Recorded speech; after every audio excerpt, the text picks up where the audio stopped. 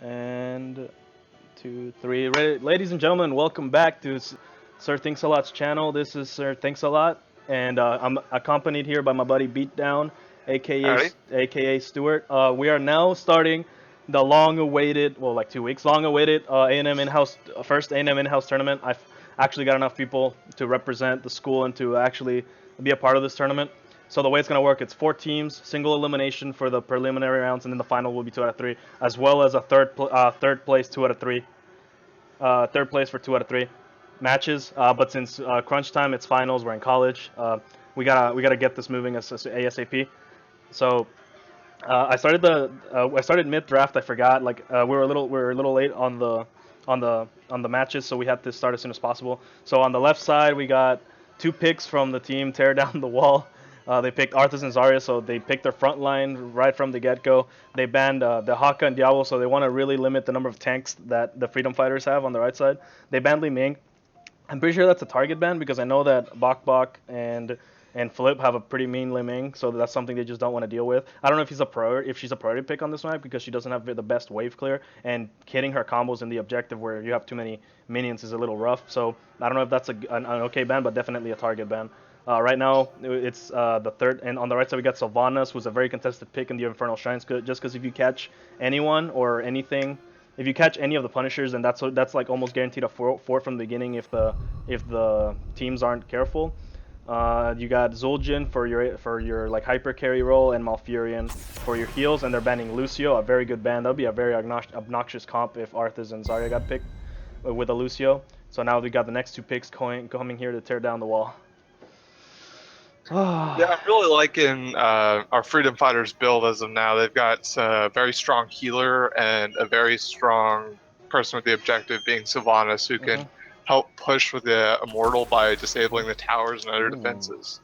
All right, so the Gul'dan Hold coming on, out. and hopefully we're gonna pick up a healer for I can see tear down that. the I wall. can see why. I don't think they'll pick a healer here, just because the healer has already been picked on the right side. So they have that security. So they're probably gonna be looking to pick up something. I mean, Ragnaros is still up, but they already have 2 frontliners. So I don't know if Ragnaros will be the best choice. Gul'dan definitely has really good range. I know in Europe the Q builds being is very popular. No, actually, no, in Korea, my bad. In Korea, the Q build is very popular, but the generic one is the one with the corrupting build, Rhaegar. So it looks like they're gonna go for someone with like high auto attacks, or that's what I'm assuming they're gonna do because Rhaegar works really well with hyper carries like that because you can buff them and maybe go for like a bloodlust type deal. Artanis, I like that pickup because I'm probably they're gonna go with the 2 warriors. So they're gonna go for a comp to strictly protect the Zul'jin and then Sylvanas for the wave clear. Then they got pretty good wave clear with the Artanis and Sylvanas. Malfurion can spec into that Moonfire, does extra damage. And then on the left side, literally just having Gul'dan covers their entire wave. He has like insanely good wave clear. Arthas can wave clear pretty well too with his E. Not as good as Gul'dan, but at least, and even Rhaegar with his armor. All right, so heavy front line. So let's see who they pick up for their last pick. So this comp is gonna revolve entirely around the Zul'jin mainly, and then if they catch the objectives, and now then you can like transition to Sylvanas. She has great engage with that wailing arrow. Artanis can get like really good pick potential, and then Murden with all of his CC. So even if they pick an auto attacker, Murden's a really good counter for auto attackers. So it looks like a very well thought out comp. Zul'jin being a very what do you call it? He's a very immobile character. They don't have a lot of dive, but they have a lot of CC with the totem. They have the totem. Arthas is W if he can land the W, and then Gul'dan's Fear. So they have a lot of CC to catch people, but they don't have a lot of dive. And there's the dive. Okay, so this is gonna be a lot of their damage is gonna come from the Kerrigan and the Gul'dan, but mainly the Gul'dan. Gul'dan is gonna be the one that's gonna have to like carry this thing. Arthas can also output a lot of damage, and having the Zarya shields, Zarya's also like gonna be doing damage because like the front line's gonna get pretty beaten up, and Zul'jin does a lot of damage. Any comments you might want to add, Stuart? Yeah, agree with most of those things. Just wondering.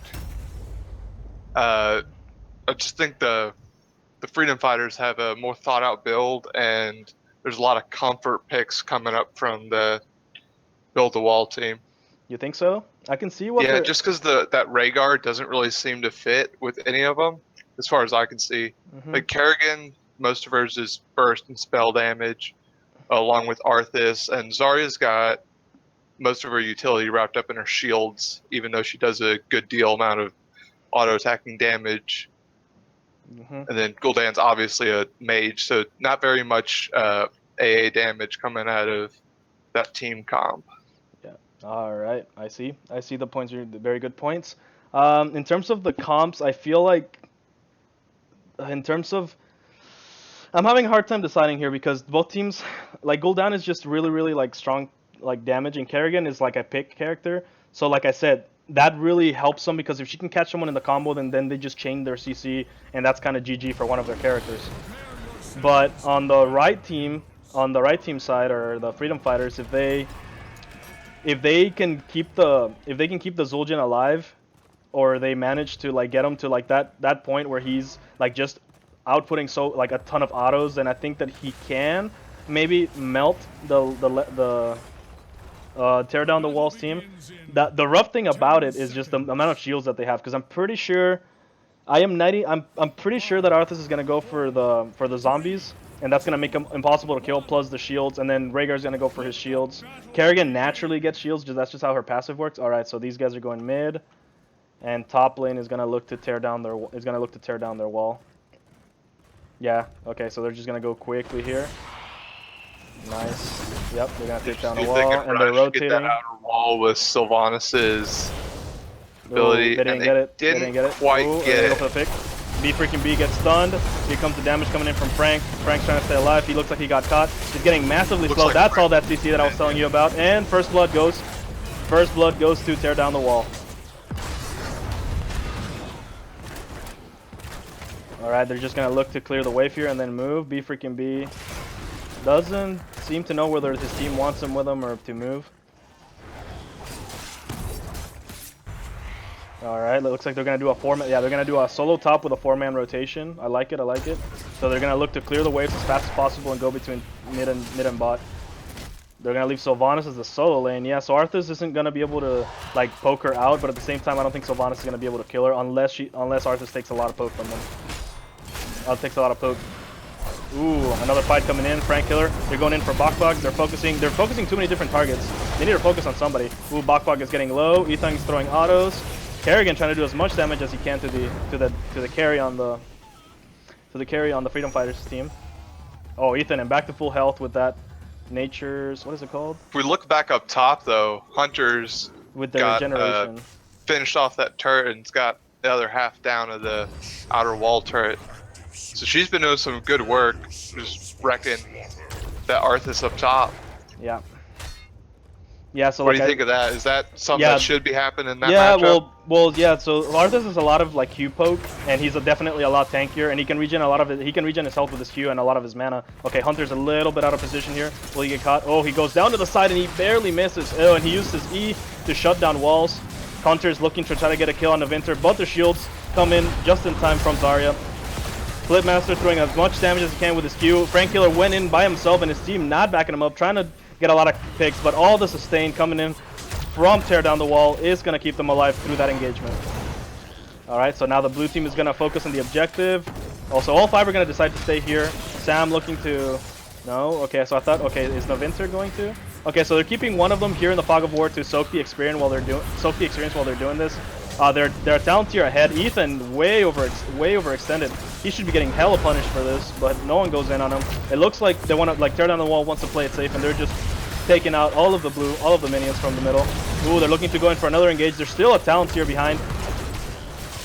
Ooh, tear down the wall is really low on mana. They really want this. They're gonna go for the hard engage. They're putting as much damage. Low as well. Ooh, Navinter's getting really low. Bok is also low. Hunter's trying to go for the double cure, but he overextends a little too high, and his team doesn't follow up. Frank, is he gonna get out? I feel like that team fight. 3 of them were able to escape with their lives, but this was not a very good engagement for them.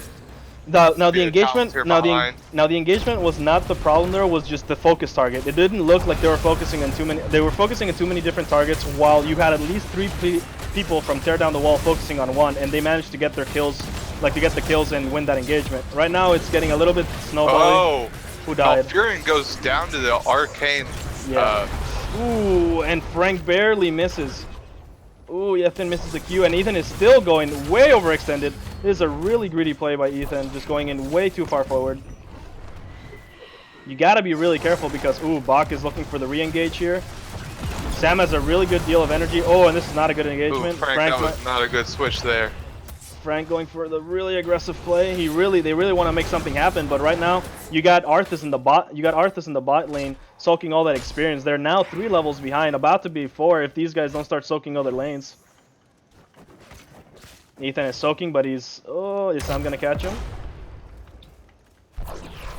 Yeah, really, we're seeing something I was saying that looks almost opposite of what we saw during the draft, where I was saying that looks like the Freedom Fighters have a much more coordination going behind them. Well, actually, it looks to be the reverse. Yeah, well, the coordination. So the comp, I saw what the comp was trying to do with the Freedom Fighters. They went for a super high sustained comp because Gul'dan has like the self-sustain from his kit. Black Sparrow with Kerrigan has the self-sustain from her passive. Rhaegar has his he's gonna get his shields, and he has a lot of healing from his Q, and also he's probably gonna go for the ancestral healing. Arthas is just Arthas. He heals from his Q, and he has a lot of CC, and then Zarya with the shield. So it's just a bunch of sustain coming in from the left side team. Tear down the wall.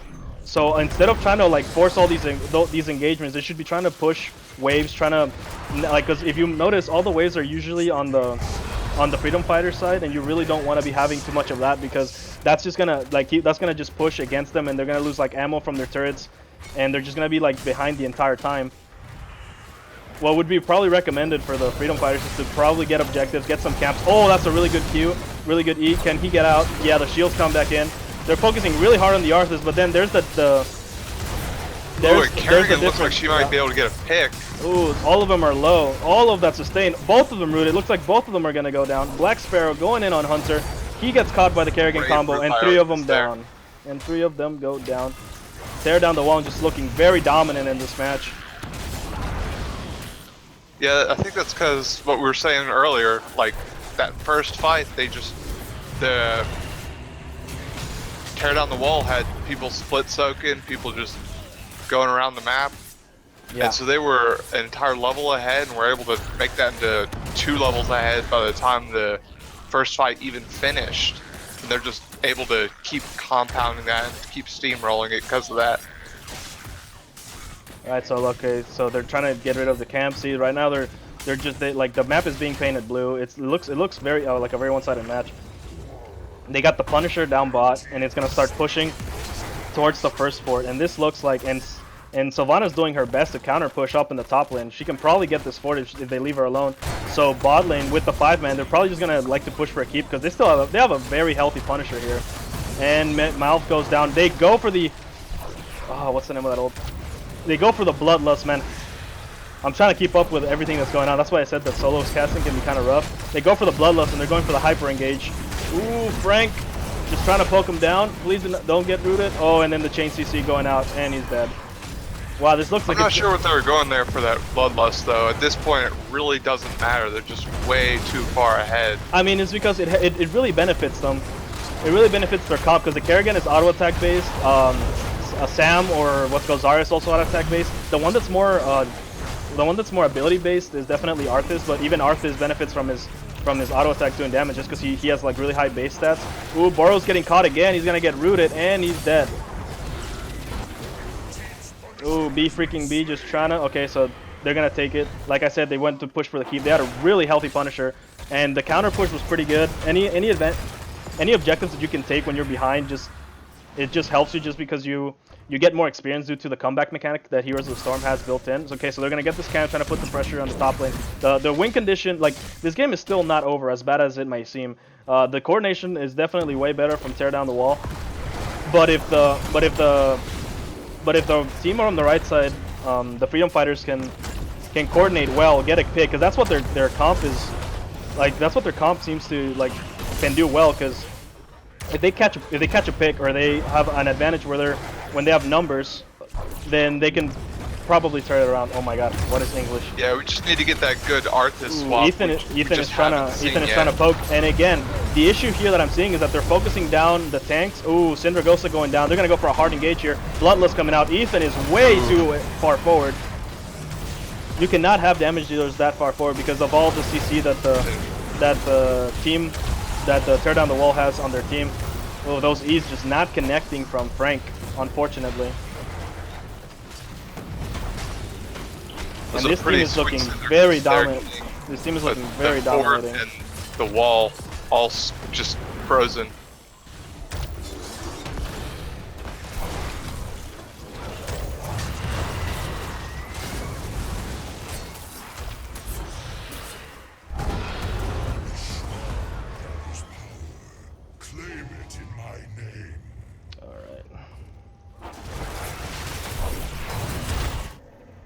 So start explaining to me how, like, what can the Freedom Fighters do to come back in this game? Like, what are they looking to do? All right. Well, the only thing that I can see that they can do to like win this is first they gotta get rid of all of the pressure that the Tear Down the Wall has. Next, they have to get a pick. Like they can't straight up fight 5v5, and they can't really split soak anywhere else because the Punisher will just like they'll just lose way too much. So right now, what they're looking to do is to force a fight 3 freaking B. Oh my God! On Flipmaster here. Flip just. Oh, the beautiful. That beautiful cleanse there might have just saved that fight. Yep. The cleanse and the shields, the really good reaction times coming in from Tear Down the Wall. And they went for the right engage there. They're looking for, oh, and the Bloodlust, they're going to get that movement speed. They're going to look to probably end the game here. Ooh. Ethan getting feared. Does he have his ult? And Tazdingo coming out. Will he be able to do anything with it? 4 seconds and no. Too many shields coming out from Zari to Team sustain, Tear Down the Wall. Are they going to go for the win here? Nah, they're going to go for the keep and then get the Punisher, which I think is the smartest idea. 4 of them are down, and they're about to come back because the death timers are still fairly short. But like they cannot straight up engage from the team on the right side, the Freedom Fighters. Yeah, now they're 4 levels behind, which Frank means that they're on. Novinter going around. It's almost a 40% deficit in just abilities and health that they got. Oh, they're looking to go for it. Oh, they're gonna go for flip. Are they gonna get it? Oh, they got Gul'dan. The blind going out. Now they're fighting under the Punisher. So this is, I don't know if this is. Oh, they're going good. They're going good. Novinter goes down. Rhaegar goes down. They got 2 people down, so now it's looking like they can stop. Frank is still going. Damage here. Oh, Frank is still going. Zul'jin dies. Can he finish this one off? And it does not look like he can. So that's a 3 for 2. Unfortunate. The focus from the Freedom Fighters is if they're gonna go hard engage like on the Arthas, they look like they were really far behind. So, but you have another warrior in Murden that can probably go in. It looks like he was trying to feel for his backline, but I was following Frank trying to see if he would get the kill. It is not looking good here.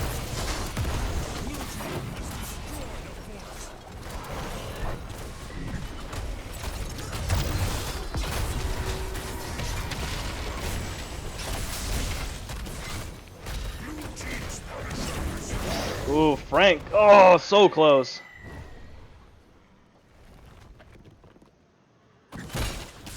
Alright, now that we have a little bit of a breathing room, there's just been so much going on from the map. Let's look at their talents. So for ultimates, we went for the Bloodlust, Expulsion Zone, Syndragosa, Maelstrom, and Gul'dan with the Fear. So pretty standard ultimates. I really like it. Zul'jin going for the Tazdingo. He definitely needs it because staying alive is just going to be really hard. Wailing Arrow for the silences. Suppression Pulse for the blind. I can see, I mean, it's definitely the better of the 2. The laser could have been good to single someone out just because, again, they're not very mobile on the Tear Down the Walls team, but then again, the Bloodlust counteracts all of that. Avatar coming in for the extra tankiness and Malfurion going in for the tranquility. Oh boy. I don't know about that tranquility there. Seems like if you're trying to get a pick, that silence might be a little bit more useful to you. Oh, Ethan is dead. Oh no. And this is just looking extremely one-sided here. Just the tanks left, and that's probably game right here. Yep. Well, maybe not. We still got a good. Let's see. You got 22 seconds, 20 seconds, 31 seconds, and this death is probably going to be like 35 seconds, 36 seconds. Yeah, it looks like they're just going to go for the win here. Yep, that is GG, well played, and that was quite the dominating game from Tear Down the Wall. GG.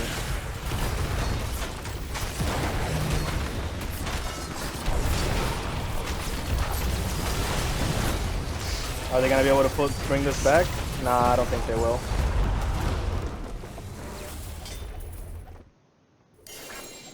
That is unfortunate.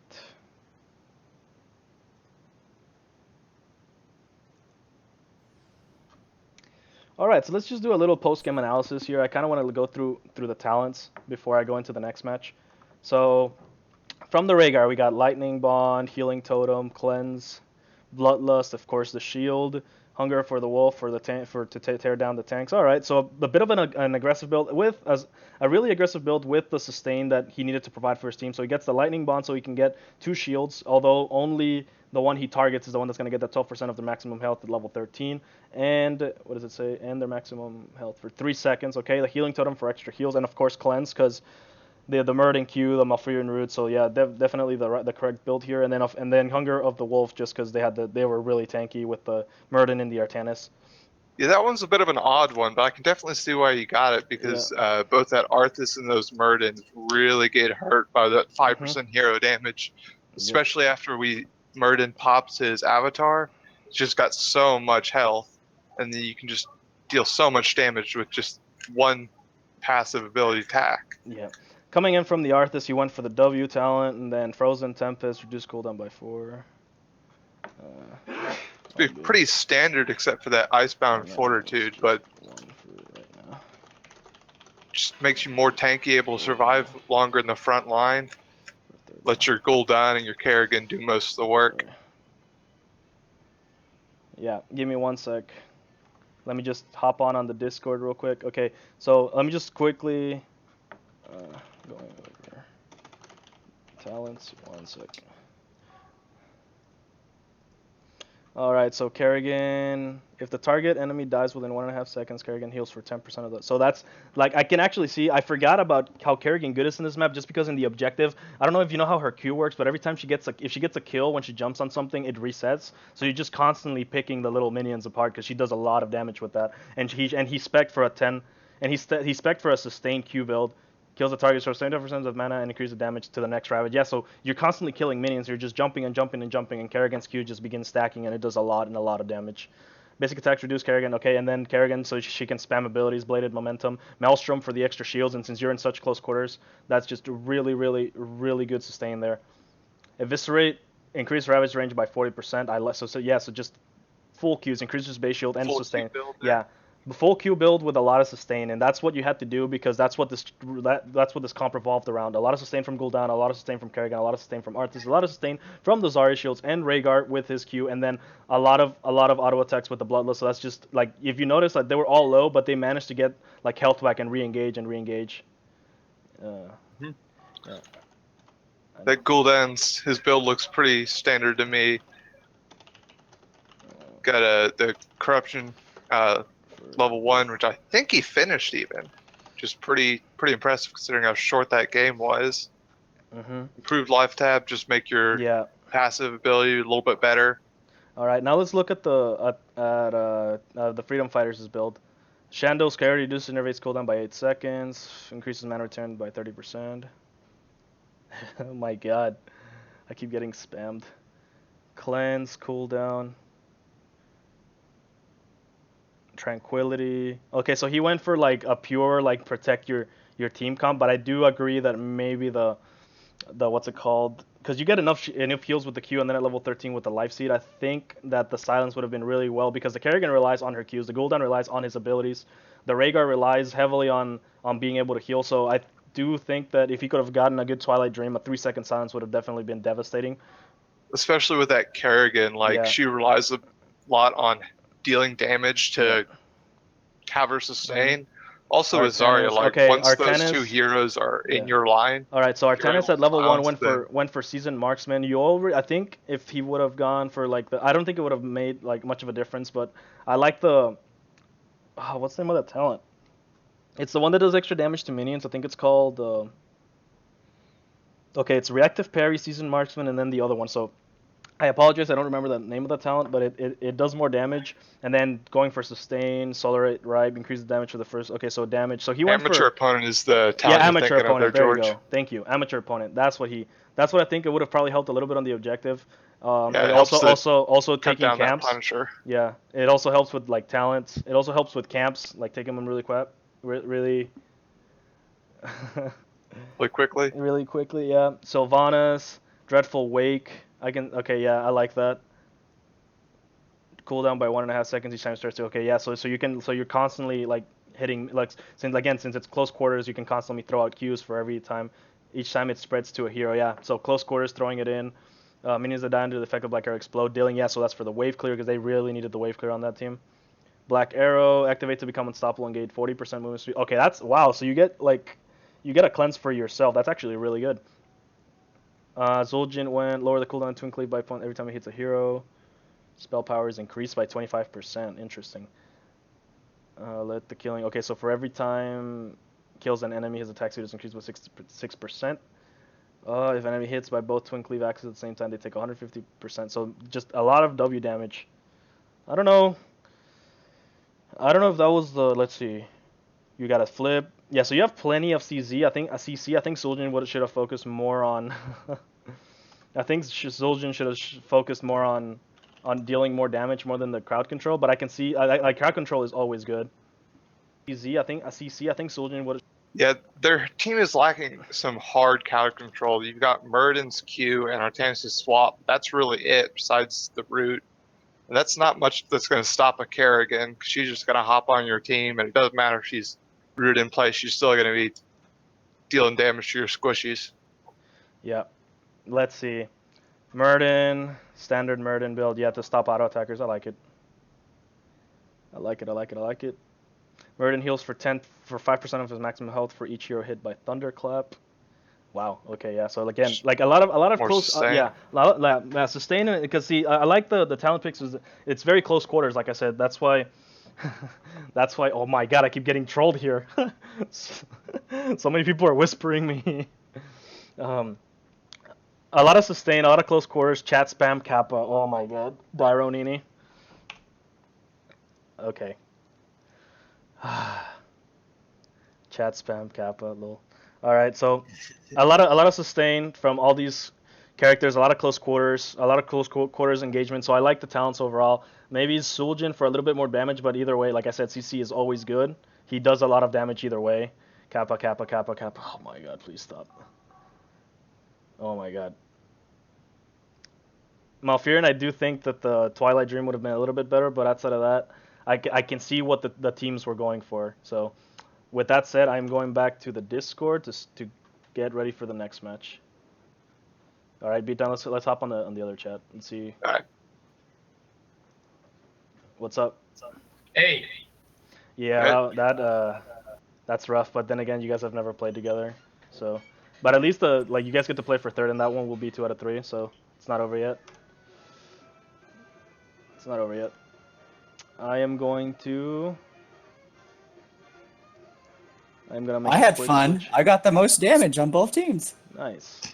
Look at that. I saw that your strat. You were like trying to counter push because you guys were behind, and a lot of the engagements. I feel like you guys were a little all over the place. So try to focus on one target. Also, Ethan, you were a little too far forward in a lot of the engagements. Like you have 2 very beefy tanks that can go in first, and I like the W build because of the extra CC. But with the amount of CC that your team had, like just enough that like if you focus on strict damage, I think you could have been able to like break through. I mean, it's rough because their team was It was impossible because team, they have the Zarya shields. Yeah, no, their team wasn't like. If you think about the Zarya shields, the W would be better because I can hit all of them at once, and it makes it harder for them to like work around that. Yeah, see, if he were to take the auto attack, then he would have to plant himself down to do his damage, whereas with this one, he can be mobile. Yeah. See, that the thing is that it relies heavily on the W, and they had really good gap closers in CC. So if you had like both of your tanks protecting your carry, the Zul'jin, and he like even if he plants himself, like if he kites, like I don't know. That's just again I like the W build because you can never go wrong with like too much CC, but your team had plenty. So if you guys just engaged, like if you guys engaged with your tanks, because I noticed that Ethan was trying to poke him, and then like you would get like one or two of you guys would get caught, and then that just like turned that entire fight are just like destroyed. Like that entire team fight. I was being pretty hesitant on jumping in front, so that was a little bit more on me too. Yeah, and that's fine. Like that's like you guys are have never played together before, so right now all you like just focus on so my tips would be like focus, like have a focus target. Don't be afraid to engage, because there was a lot of times where their team was also had 1 or 2 guys. Like you guys almost got to pick on the Zarya. You guys almost got to pick on the Zarya when they got your second keep, like the one in the middle. and that one was literally just like catching her with catching her with either the E with Artanis or like the Murden just jumping and queuing. So just like I'm not, and I can see the hesitations because you guys were like really behind. So and both teams were pretty low at that point. yeah. Well, with that being said, I'm gonna step out for a bit, pause the stream, and let me call. I'm gonna get the next match going. You guys will play for third place, so you guys are not done yet. All right. All right.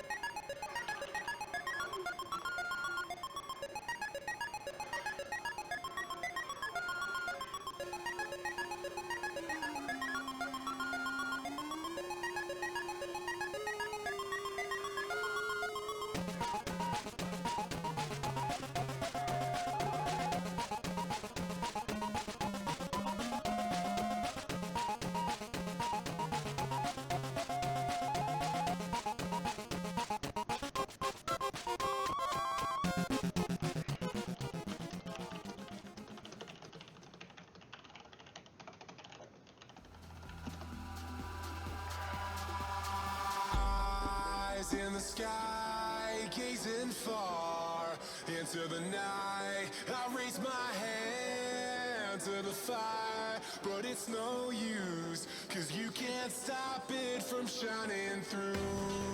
It's true, baby, let the light shine through. If you believe it's true, baby, won't you let the light shine through?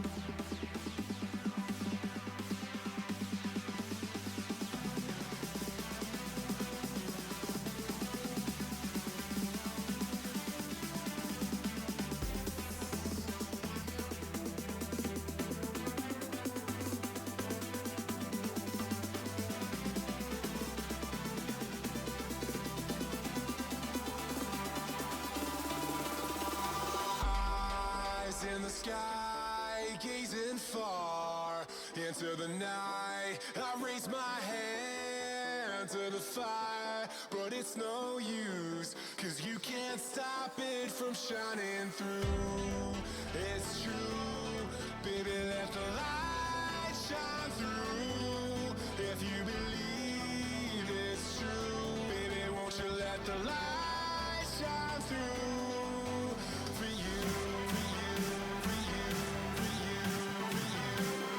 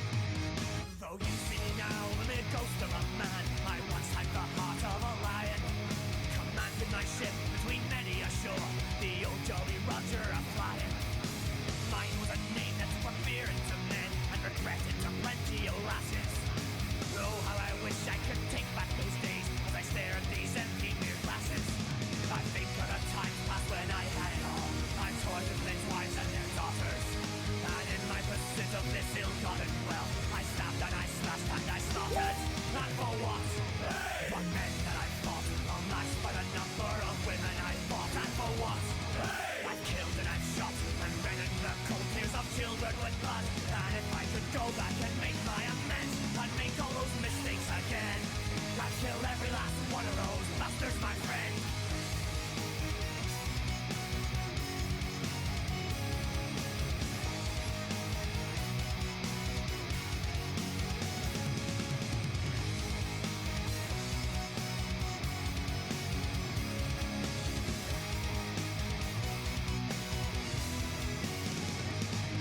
My ship was the last sight that many would see as we narrowed the gap with our quarry. The sound of the cannons and splintering wood did herald our paths into glory. We seized all the bounty and scuppered the ship, our hearts had in time for the wounded. I took my share and the crew got the rest, and on into port we then bounded. Life has many pleasures and we had our fill of food and of wenches and beer. When we tired of the port or had drunken it dry, the time to set sail would come near. And for what? We heeded no law. The other men suffer so we could have more. And for what? We lived every day with the noose of the hangman a hairbreadth away. And if I could go back and make my amends, I'd make all those mistakes again and kill every last one of those bastards, my friend.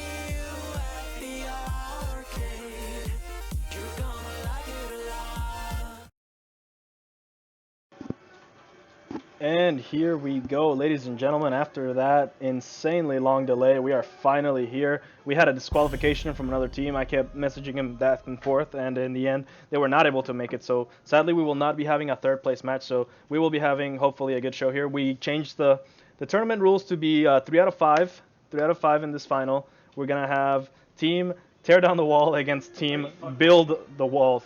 So a little bit of some Trump joking going around there. So sorry about that extremely long delay. I really appreciate you guys for sticking around. But we are getting started right now. Oh my god. All right, beat down. We're starting. Thank God. Jesus. All right. So. All right. Yeah, that was like after talking back and forth with their captain, in the end they like forfeited. Really? Sorry.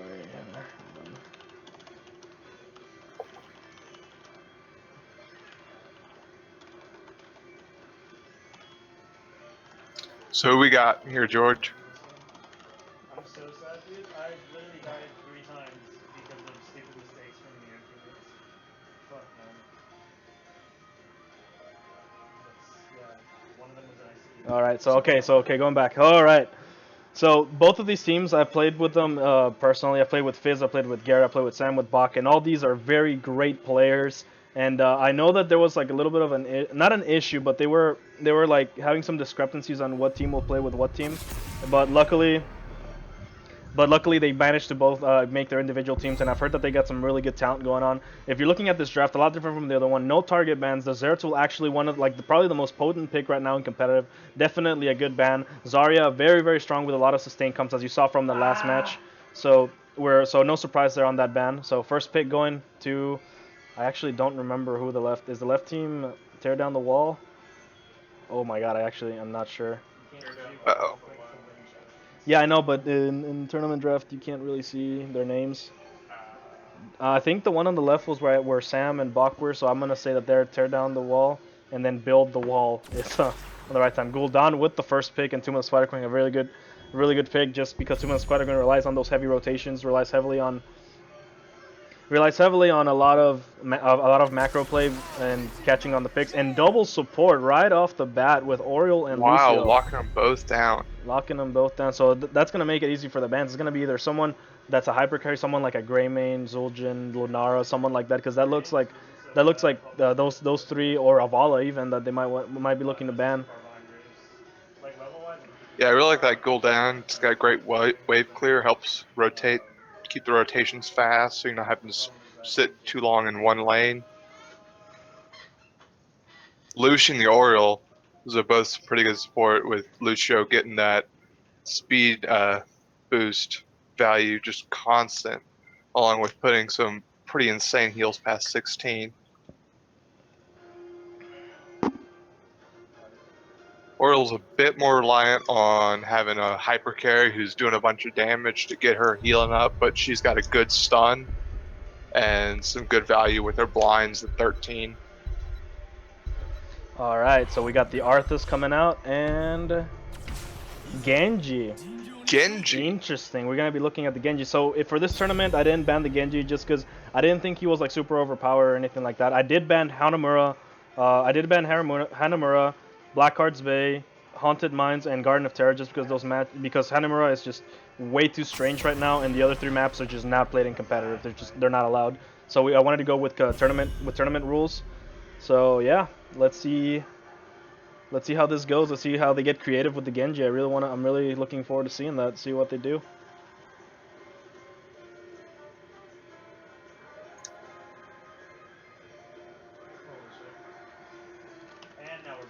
So what do you think Genji's going to end up following with team comps, George? What do you mean? Sort of like a diver, or just going to sit along and skirmish, or does he even have a place in a he definitely team comp? He definitely has a place. I feel like he has really good poke and really good all-in as well as soon as he gets his ultimate. So the way you play him before is you just poke him down. He has that natural kiting like any of the other Overwatch characters. So he just autos you, and he can like do that safely because he can move. He's also very mobile with his E and his pass and his trait, with that jump. So he's a very safe character nonetheless.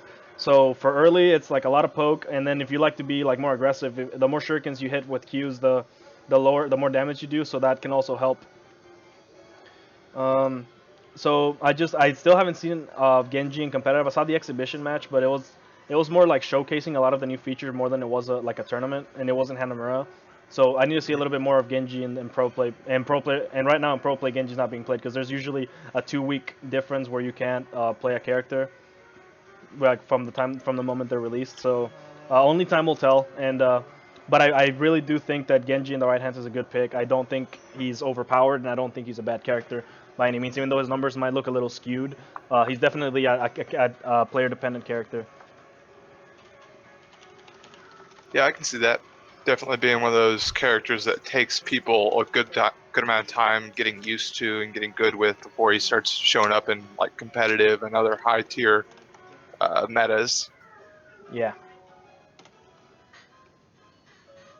Yeah, for sure. So we got that Vala who's there to pair with the Oriole, and Leoric who's just a good all-around kind of tank.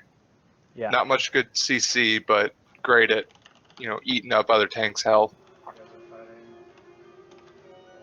Yeah. So I like the Leoric. Okay, so Leoric pick. So it looks like they were gonna go for some. It looks like they're predicting a double tank comp from the left team. So if they do get that right, or they opt to go for someone squishier, it looks like the Leoric just forces them into a comp or something like the change, kind of like how their draft goes. Just because Leoric is extremely potent against other supports. I mean, not supports, against other tanks, especially so tanks that are like very beefy on the health. So let's see what these guys opt to playing. Sonya and Morales. So it looks this is so they have the Gul'dan for the wave clear.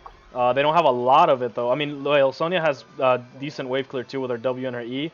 Definitely Gul'dan's their main source, and they're looking to. Is this a hyper carry Genji? I don't know. I doubt they'll be going for. the medevac, and if they do, this is a very small map, so I don't know if they'll actually opt to do that. If not, then I don't know how Stimpak's gonna go on Genji. I don't know how much faster he's gonna be going, or if it actually affects his ult. If it does affect his ult, my goodness, the slashing is gonna be too real. I don't believe so. Yeah, I don't either, but now we'll have to see, because unless they're using it for the Sonya, I can actually see that working too, because Sonya has a lot of damage, and the faster he attacks, the more rage she gets. So she goes for that. Actually, that makes more sense. She goes for the Wrath of the Berserker. Wrath of the Berserker gets stim droned, and she's just doing a massive amount of damage. So it looks like Sonya basically unkillable. Yeah, basically unkillable, because the Morales is gonna be with them. And the right team doesn't really have a dive comp. Well, technically, any team it can be a dive comp, because Lucio, just because he's like he has his amp it up with his increased movement speed. So we just have to see how this plays out. I'm gonna give the early game. I'm gonna give the early game to the left team. But if the right team and both teams scale really well, but if the right team plays their cards right, their wave clear and their Vala, if she goes for an auto attack build, she's gonna do massive amounts of damage. So we just have to see how this game plays out. The wave clear on the right teams is like insane with the Leoric Johanna. Johanna passively does more damage to minions with her W, so the rotations are gonna be hella sick. So, man. And we are going in, ladies and gentlemen. This is the grand finals of the A&M end of the year tournament. We're doing a 3 out of 5. Hopefully, we will be getting those Tesfa goodies, and we can make something happen. We will make it happen. All right. So on the left team, we got Samael on that Sonya, Bak on that Lieutenant Morales, Flipmaster on Gul'dan, Novinter on Arthas, and Black Sparrow on Genji. On the right side team, we got Physicals on Vala, Dr. Frost on Oriole, Graveseed on Leoric, Wilted on who's that? Oh, my bad. Johanna. Wilted on Johanna, my bad, and Imp 2010 on Lucio. So let's get this game going, and they're gonna go for the 5v5 skirmish here in the middle. Let's see how this one goes. How this one plays out. And the BM coming in at the beginning with the sprays. Here's 2.0 stuff. Good stuff.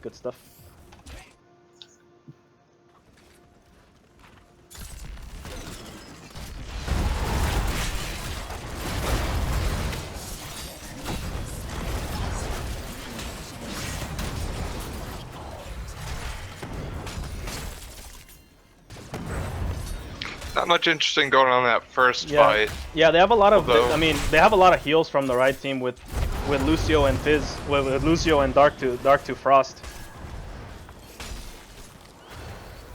With Dr. Frost, so and then of course Morales just will not let anyone die. So we'll just have to see how this plays out. On the bottom lane, we got Sam against Grapeseed. Grape down bot, dropping those preemptive B steps, missing his. Yeah, Sam and Grapeseed W's. have a history together. They're good friends and they're also teammates for Dorm in here at Texas A&M. So friendly competition does make them do that. I can see why they would do that. All right, so we got Leoric going in with the creepy hand at level 1. Vala looks like she's gonna be opting for an auto tech build just by looking at her passive talent at level 1. Lucio going to probably go for the standard build with that increased movement speed on the crossfade. Johanna with the regen master, since they're gonna be rotating and getting globes all the time. I can see that her getting that. Trying to get pretty tanky. Yeah. Oriole is gonna get the increased range on the Q at level 1. So standard talents. Increased rage of Shot of Fury, interesting at level 1 for the Sonya. So she's gonna be looking to be in long engagement and looking to stack up that rage. So something we see too often there. Yeah, I mean Shot of Fury and War Paint, the heal is usually the ones that are the ones that I'm used to seeing usually. So they're just clearing waves and rotating, clearing waves and rotating. Looks like Sam and Grapeseed are just going even. It's really dependent on whether or not Grape can hit his W's. Yeah, and these two teams very wary on positioning and taking different routes. Oh, they're going hard on Dr. Frost. Navinter having to back up.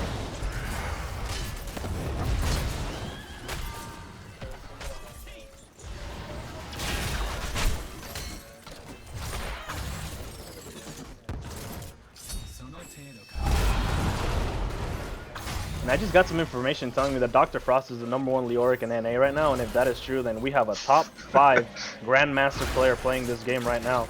All of these players are at least Diamond Plus. I know their skills. Oh, physical's getting really low. The heals coming in on coming from Dr. Frost and from the Imp. So it looked like she was about to go down there, but luckily the 2 supports keeping her nice and healthy. Bok a little low here, but her passive is gonna probably bring her back to full. And of course, Lieutenant Morales doing what Lieutenant Morales does best and keeps her team nice and healthy. So this Down in bot though, we can see that Grape has been getting some pressure on him. Both of his towers are completely out of ammo. Yep. Whereas it looks like on the other side they're both full. Oh, looks like we're engaging on another fight here in the top lane. Splitmaster getting nice and healthy from Bok. Ooh, Black Sparrow a little bit overextended. Will they be getting the first kill and first blood coming in to team build the wall? The Genji a little ambitious there, trying to go for that pick there. Ended up paying for it. Yep. Looks like you got 17 coins from the right team, and the first. Ooh, a second too late there with the grenade from Lieutenant Morales could have stopped the spiders here, but the first web weavers going for team build the wall. Oh, someone just died. We were not paying attention down on bot, and it looks like Grape was able to get the best of Sam.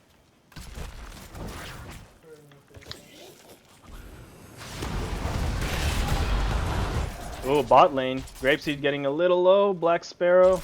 Man, I did not see that engagement. Did Sonya back because she was low, or did she back because... Sonya was killed. Oh, Sonya died. Oh, I missed that. Yeah. That is my bad. It's really hard to tell what's going on the map here. Looks like they did a rotation here, having Genji in the bot lane. Sparrow getting really, really low. Pushing top pretty high though, or top pretty hard though. Yeah. Looks like they might be able to take this fort. Ooh, looks like they're trying to go for this Grapeseed again.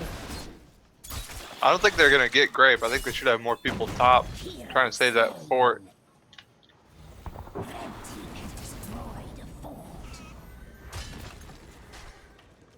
Leoric can traverse players, which is diving. Johanna can dive with ult. Did you say something about Joe or Leoric? A little bit ago. Yeah.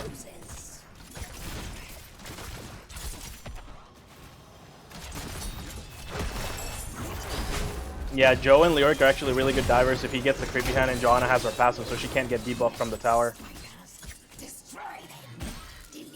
Let's look here. Grapeseed has 21 coins, so he does not want to. Ooh, Samuel taking a little bit of a. Ooh, okay, but latches onto the spiderling there. Yeah. Ooh, Novinter with 37 gems is trying to turn in, but the denial, the poke is real from team Build the Wall.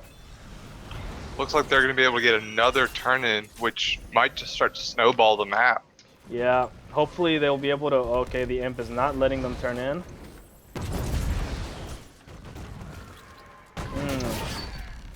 Looks like they're trying to put some poke damage on Samael. Ooh, Novinter gets really low. They're really looking for this turn in, but they are just not able to. They're not pushing it together. Yeah.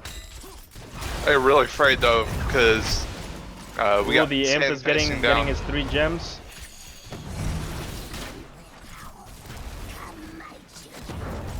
This is a very dangerous spot for boys in blue, just because they die right now in this team fight, even though that they're behind. Yeah. I just don't feel like they have enough damage from the blue team in order to bring them down, just because of all that sustain that they're having. The Genji's poking them, but then they just heal right back. It looks like they're just gonna rely on their late game scaling, because Genji becomes a presence as soon as he gets his ulti. Sonya is also gonna be doing loads more damage as soon as she gets her ulti, and what's it called? Gul'dan can only poke for so much. It looks like the first board is gonna go down here with the Web Weavers. Sonya trying to get rid of the Web Weaver down here. She can't really rotate, because if she just lets that Web Weaver push, then without the ammo from this turret here, and then the bottom 4 being just exposed, and they lose too much objective. So I agree with what they're trying to do here with the 4-1. Genji soloing top. He doesn't have the best wave clear, so, and he's one of their main damage dealers. But it looks like if they don't do a rotation right now, okay, the Web Weaver is dead bot, so Sonya's trying to come in. They don't have their ultimate, so they cannot engage anything right now. Ooh, Flip gets caught. Flip gets caught by the Entomb. Novinter's going in. Almost gets killed over the wall. Yeah, but luckily the Lieutenant Morales does what Lieutenant Morales does best, and she keeps him alive. And I didn't see a drain from anyone. Oh, and they're going for the hard engage here. Sonya pops her ult. Grapeseed going in, getting the fear, trying to do some damage. Flip is getting pretty low. Flip is down and down. Yeah, one of the main damage. Genji trying to do as much damage as he can, but too many heals, too much sustain. Ooh, there goes a 1 for 2. Are they gonna keep going? Oh, and they are gonna opt to go for the.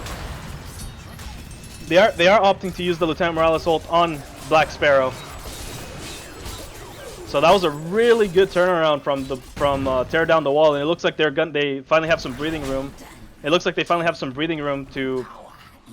They finally have some breathing room to turning their coins, and now they're gonna go for the counter push. They're only a level behind, and they're not a talent tier, and they're in even talent tier. So this is not like. It's not over yet, and like I said, the scaling from the left team, now that Genji has his ultimate and Sonya has hers, I would like to see the stim drone on the Sonya, because I think that she can get more value out of it. I don't know if, again, we have to see if Genji if Genji hits faster with the stim drone. Oh no, Novinter really out of position here with a 5-man bot lane. He's gonna get picked. Samael trying to stay alive. He gets pushed back. Too much CC. He and the body blocks, and she goes down. That's great 20, 1, 2, 3, 23 coins lost there from Samael. That is not good. Oh, and the beautiful E from Genji to catch the coins back. But because they committed to those picks, it looks like they might be looking into some towers. They will lose both the towers here in the top lane, or the turrets rather. And mid lane, they're gonna clear them just in time. Well, it looks like they're not going to get much pressure on their forwards. The minion waves were just pushed too far out for the wave clear is Weavers just, to the do wave much. the wave clear is just insane from the team tear down the team build. Is it build? Yeah, they're build the wall. Okay, team build the wall just has insane clear, so they can just quickly clear a wave, rotate, and that's what they're doing. They're rotating as 5. They're rotating as 5 because they just have that much. They just have that much pressure with their comp. The left team seems to be like more reliant on picks and their CC.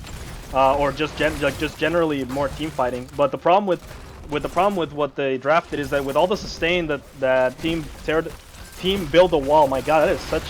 I get so confused with that. So confusing. So confusing. Oh, are they gonna go for the hard engage here? They're a talent tier down. This is not an advised fight, but they're trying to get them off this. Looks like they're gonna get a level off there. They're gonna do the hard engage, and they're gonna have to commit to this. They're already in way too deep.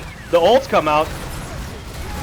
And Gul'dan gets the stim drone. That must have been a misclick there. That's 1 that goes down. 1 goes down for tear down the wall. 2 goes down from tear down the wall. That's 3. Bok is looking like 4, and is that going to be the wipe? There, is it going to be a wipe? I don't know about the wipe, but it looks like it could be. 42 coins are going to be lost here from Navinter, and yes, definitely. That is going to be no way you can get away from that speed boost from That is Lucio. going to be a complete wipe right there. That is unfortunate, and meanwhile they got the 4-man rotation chasing after the remaining kills, and you got Wilted here split pushing. You got Wilter here split pushing, so they're always soaking. They're always having at least 2 lanes soaked. They have like John is gonna turn on her WQ, and she got Burning Rage, so her wave clear is insane. Oh, a little bit of an overextension here. Oh, but no, Team Build the Wall is reacting fast enough. These rotations are just insane from Build the Wall. Ooh, Sam is cautious of the fact that he cannot get picked here. They're about to be another talent tier down, and the sustain coming in from the right team is just really rough. Ooh, Bok and and physicals beyond the sustain. Oh, the heal. Where's the heal? Where's the heal? Oh my god. Ooh. Barely missed that Entomb. Flipmaster almost going down. The really good cleanse there to remove the Oriole E. Oh my goodness. And it looks like they're gonna run the 1-2 with the spiders. So now they're gonna be putting pressure bot, and now the blue team's gonna have to react. Do they wanna defend this as best they can, or are they gonna let the web weavers push? This is a really common strat. Oh, they're gonna hard engage this, even though they're a talent tier behind. The bro shield coming out from Lucio. They're trying. Done. Yeah. Ooh, Bok's ultimate does not pop in time. Oh, Bok's going down. Navinter got the ulti. Grapesy with that 2-man Entomb there, causing Sonya to go down. Flipmaster trying to throw out the Qs. This is looking rough. Behind. 30 seconds, 20 seconds. This looks like it's game. They're an entire talent tier ahead. Flipmaster doesn't seem to be able to do much here. Grapeseed is zoning. A little too aggressive, but I mean he can do that. He's Leoric. And no, they're gonna go for the safe. They're gonna get the mid keep, and they're gonna get the mid keep, and the web weaver is pushing top lane, so they're looking for the 3 keeps. That's definitely the safer play, and that puts them at a huge XP advantage.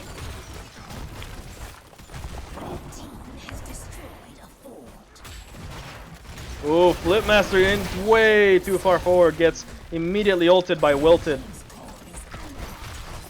Oh, Black Sparrow trying to recover the gems, trying to get as much as they can here. Looked like he was trying to get a desperation fear to see if they could get a pick on somebody, but the sustain is unreal. They're just too far behind at this point, being what? The bro shield's already up again. Somail trying to do as much damage as he can.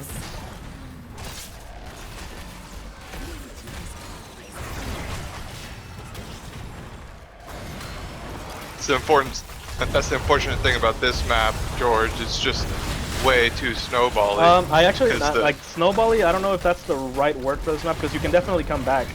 They managed to get the. Wait, let's see if it works. Oh, okay. So it looks like Genji's ult has a set attack speed for when you can do the cast time. So I don't think that benefits them from the Syndrome. But at least that's a learning experience. I don't know if they knew or they didn't. The Genji definitely did not output enough damage. Did not output enough damage to remove their sustain.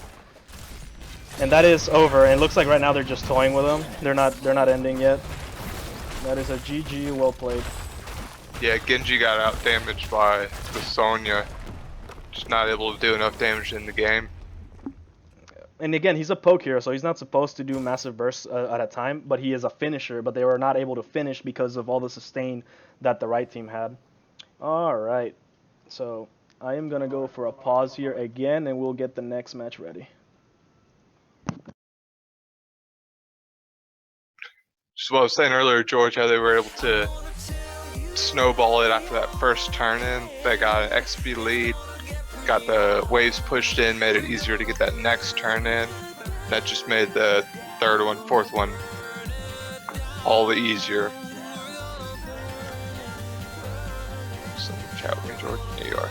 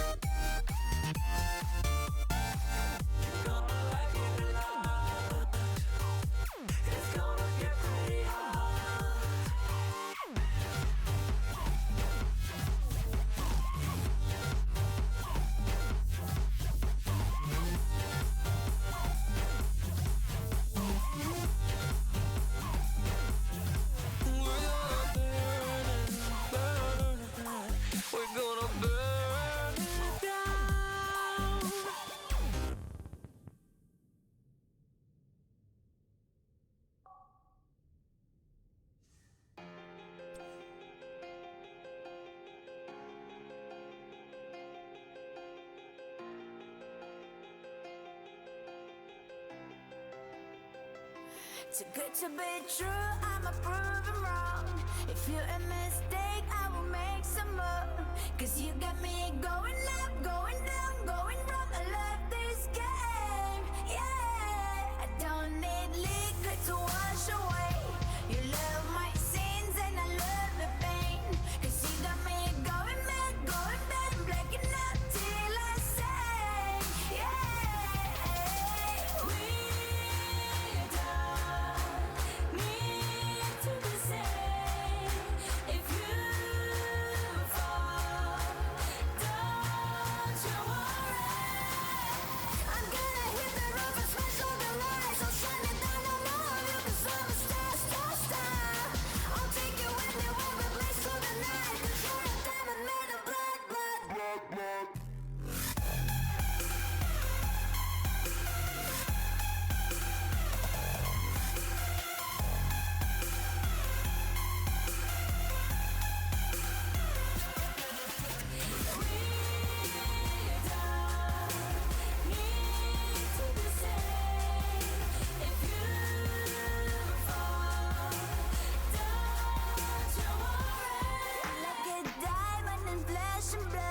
My hunger gets louder and screams for more. Yeah, you got me going up, going down, going wrong, and make me wait. Yeah, got nothing to lose, cause the night is young.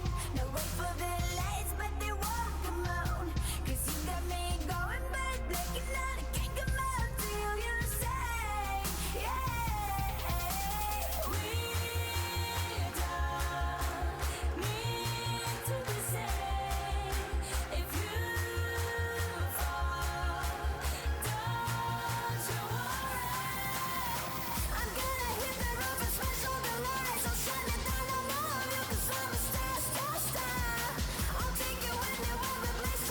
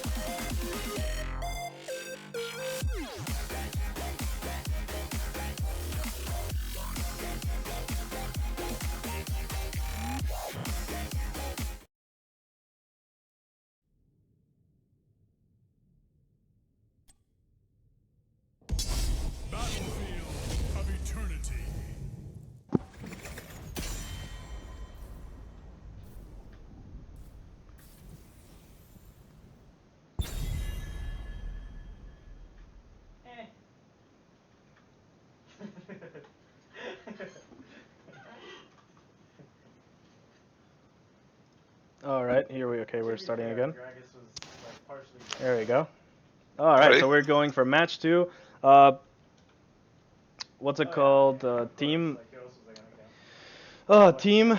Oh, dang it. Team tear down the wall. This opted for the first pick, and then team to build the wall decided to play on Battlefield of Eternity. So this is match 2. So this is game 2 of the grand finals. Especially because like we were doing so well.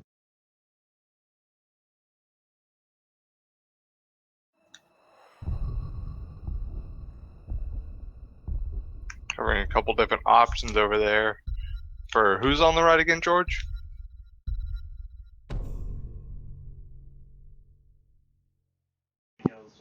It should be tear down the wall and then build the wall on the left side. It was yesterday at the end. It was yesterday at the end house. Okay, so Terror on the Wall opted to ban out the gray main. Tune in right. Respond with the murky ban. Get some good BM there.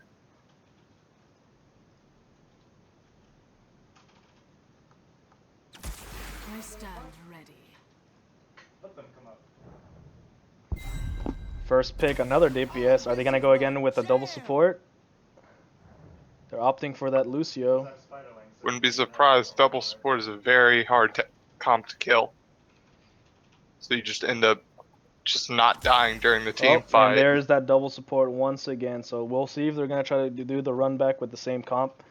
It looks like they had the Vala, so they took the Vala. So they picked the Vala. I don't know if they took her for the snipe on their team, just so that they can't run the same comp again. And they also banned the gray main, so they're trying to stop. So they're trying to like push them into like. They're trying to push them to a comp that they might not be comfortable with, or into characters that can't hyper carry as well, because Vala and Greyman are definitely 2 of the best hyper carries currently in the current meta. My Q hit it from 800 to like 196, and then your E pulled through and then killed it. Like I didn't even have time to smite. Yeah.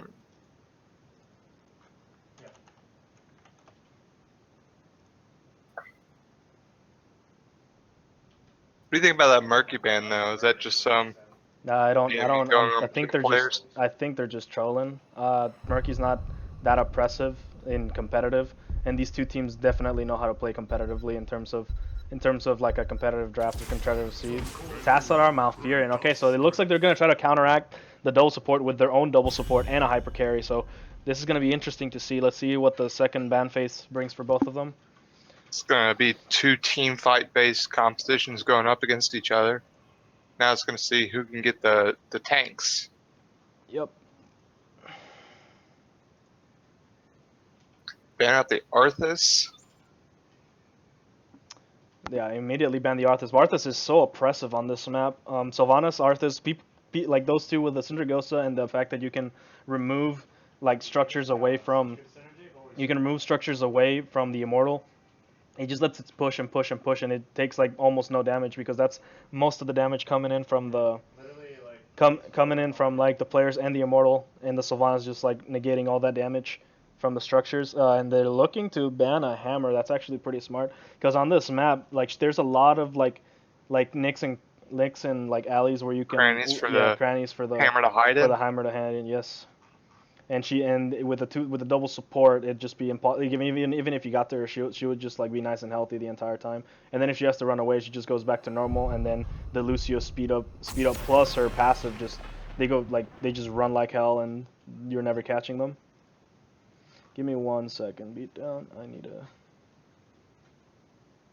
Go right ahead. Just gonna think about what their hyper carry on Team Blue. Just call them blue and red. I'm thinking like Lunara's still up there, Zul'jin's still up, Illidan is up. I doubt they'll go with the Illidan. But now, do you think they're gonna lock in their 2 tanks for the double support, double tank strat, or you want to lock in a carry and support? Because not a support, because they already have. Okay, so they're locking. I think they're gonna go. I think they're gonna go for the double tank. Yes, there it is. The double warrior. Double tank. You're going for the double warrior. Give me 1 sec, Stuart. Hold on. I need to, before you say anything else, because I need to share this link. All right.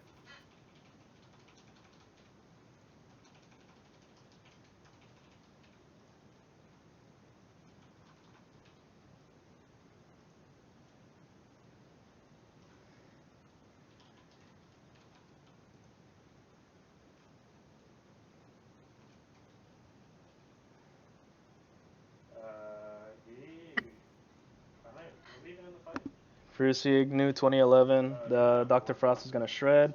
Triple support, lol. I don't know about that one, man. But I mean, he's I'm not denying that. Oh my, triple support. Oh my god, that must be new. I don't think they're gonna do triple support. I'm so massive now. I went from being That I think you just make fun of my slip of the tongue. Oh. Yeah. Dehaka and Anubarak. All right, so they're going for the hard engage and they're going for the hard engage on the right side. They're just gonna look to do as much damage as possible, relying on that Vala though, because the Vala's gonna if the Vala dies, all their damage goes away. Because Tassadar doesn't really output he outputs damage for a support, but not a lot. Malfurion has a lot of damage coming out of his ultimate, but it's mainly for the silence, which is what I think they're gonna opt to do. Dehaka is really good for picks if he can land it, and he's also gonna be doing the damage. He's gonna be shredding the armor from the enemy team with his W, and Anubarak also for that hard engage / disengage. And I don't know for what ult he's gonna go. If he goes for the cocoon, then that'd be really good for a pick, but I don't think that'll help him as much. So I'm pretty sure he's gonna go for the sustain ult, the Locust Swarm, even though that just got nerfed. The damage got nerfed, and I think the Locusts do healing based on the amount of damage. And there's the Lunara, damage over time. See, that's a little counterintuitive in my opinion, even though that's a really good draft from the left team. Lunara does damage over time, and then Malfurion does heals over time. Not a lot into a single target, but I still think. I mean, either way, killing the Lunara is going to be almost impossible with the shields and heals and heals. So she either has to get picked by the right time by the right side team, or the Lunara is just really going to go to town. But then again, they also have the shields, and also the Haka has a lot of self-sustain, and Anubarak is really good with. I think the damage over time is magic damage, so I know that's what Anubarak excels against. So we're just going to have to see how the right team brings it back. Yeah, that's why I think we might want the cocoon out of Anubarak, just so that if he dives, the Lunara.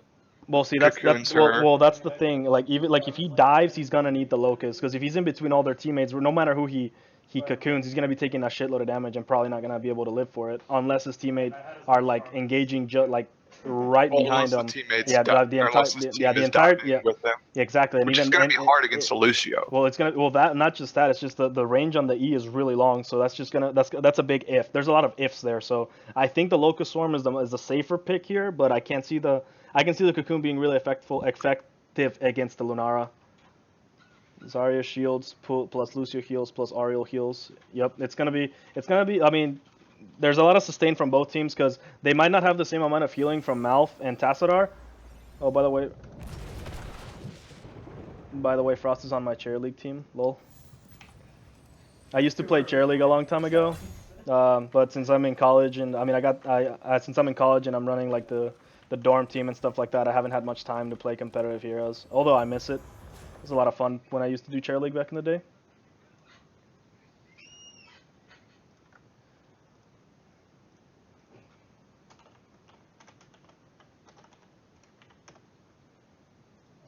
Just looking at their talents, Wilted is again going with that first level Q talent, which I don't see many people going.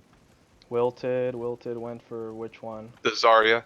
Zarya, demolition for every 5 minutes hits, product grenade, recharge colors. Okay, so I can see why he's taking that. I can see why he's. Ooh, they're going for the hard engage. They're taking a lot of poke. They're doing a 5-man bot. Ooh, they're gonna get the pick here. The body blocks. Wilted is taking a lot of damage, a lot of CC, but too much healing from the left team and shields. Oh wow, and Vala goes down from the right team, even though they had the 5v4. Oh, and there goes down. Malf. There goes the physicals doing the damages with Lunara. Wow, that did not go as I expected with the 5v4 there. Really good positioning coming in from teardown from build the wall.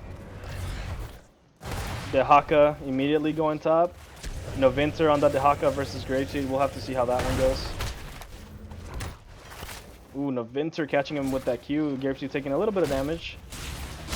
Flipmaster taking some serious damage. Nerubian Arbor gets 30 spell armor, definitely the talent he wants to be taking here. Ooh, a lot of damage coming in from Wilted. Oh, and Wilted goes down. Flipmaster getting the shield. He's trying to go in again, but too many longer cooldowns there. Misses the Q. Black Sparrow should be backing off here. Taking a little bit too much damage. The Immortals are about to come back. They're still in even levels.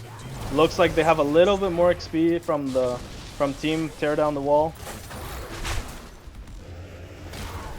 Pretty even levels, but looks like Team Teardown, which is the right, correct? Tear Down is team, yeah, the right team. Okay, they're looking They're to getting pretty low though. Yeah, I mean they went back. They have the sustain from their healer, and they have the shield, so that's gonna give them the life steal. So right now, I think they're just looking to put as much damage as they can. Let's see who wins the race here. I'm guessing on the team with Vala. Lunara does a lot of damage, but Vala at full stacks can just stand there and auto it for days, not relying on cooldowns. For Signa 2011, I appreciate the compliment. I love casting. I follow a lot of the pro scene, and I try to keep up with the metas. So yeah, I think I do a pretty good job myself, but there's always learning. So the comments that you put, feel free to critique. I'm one that will always take constructive criticism. So I appreciate it. Alright, looks like the red team is out, sustaining the left team. They're going in for the hard engage, trying to get those picks. Both physicals go down. Physicals, the mage damage dealer goes down. That forces team Build the Wall to go down. It looks like the first Immortal is gonna be going to Team Tear Down the Wall.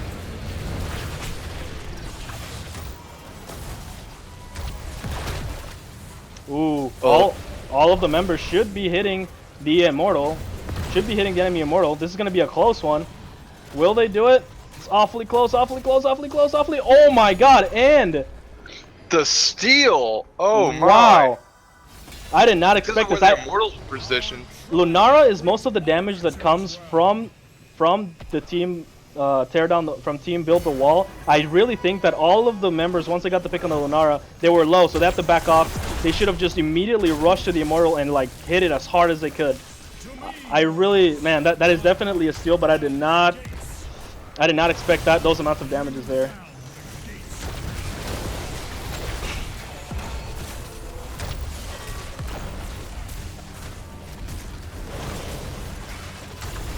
Looks like they're just trying to tear it down. They're gonna get they're still a little even on the XP. The tanks, Murden and Dehaka already in the bot lane, trying to poke them as much as they can, trying to get them off here.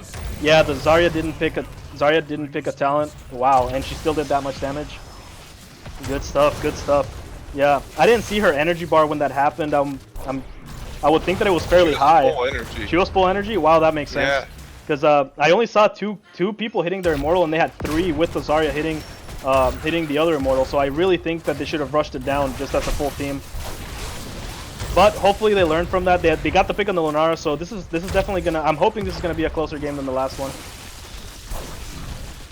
Oh, and Stuart, to your comment on why you don't see that talent that often is because Zarya recently got nerfed, where she loses more energy quicker, so that talent helps her keep it longer. So as you can see, how her energy is going down, but it's going down really slowly. So the faster she stacks that talent, the less amount of time.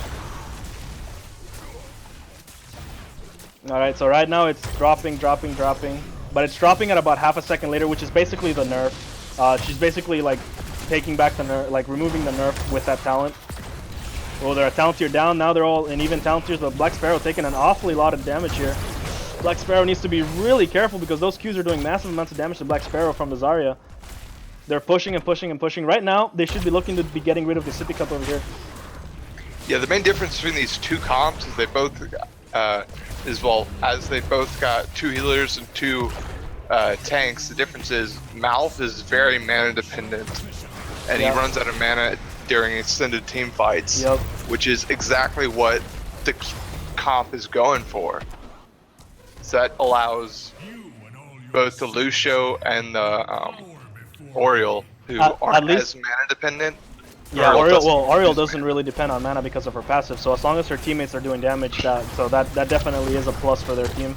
Right now they're going to have to defend it because they're in really bad positioning here. Grapeseed getting in a little bit aggressive. They're getting really aggressive, they're getting really low here. The red team is really split. Physicals could be in trouble. Grapeseed's rating really low, and red team is really. Oh, Zarya, will she get picked? Oh, will they go? Oh, they're going. Flipmaster going in for the hard engage. She goes down. Now they're on the enemy Immortal. So oh my god. I'm stuttering. Too much is going on. Oh, Zach is looking pretty low there. Oh, too. they do not want to get hit by the enemy immortal. They will lose way too much. They need to start backing off here. They're greeting a little bit too much.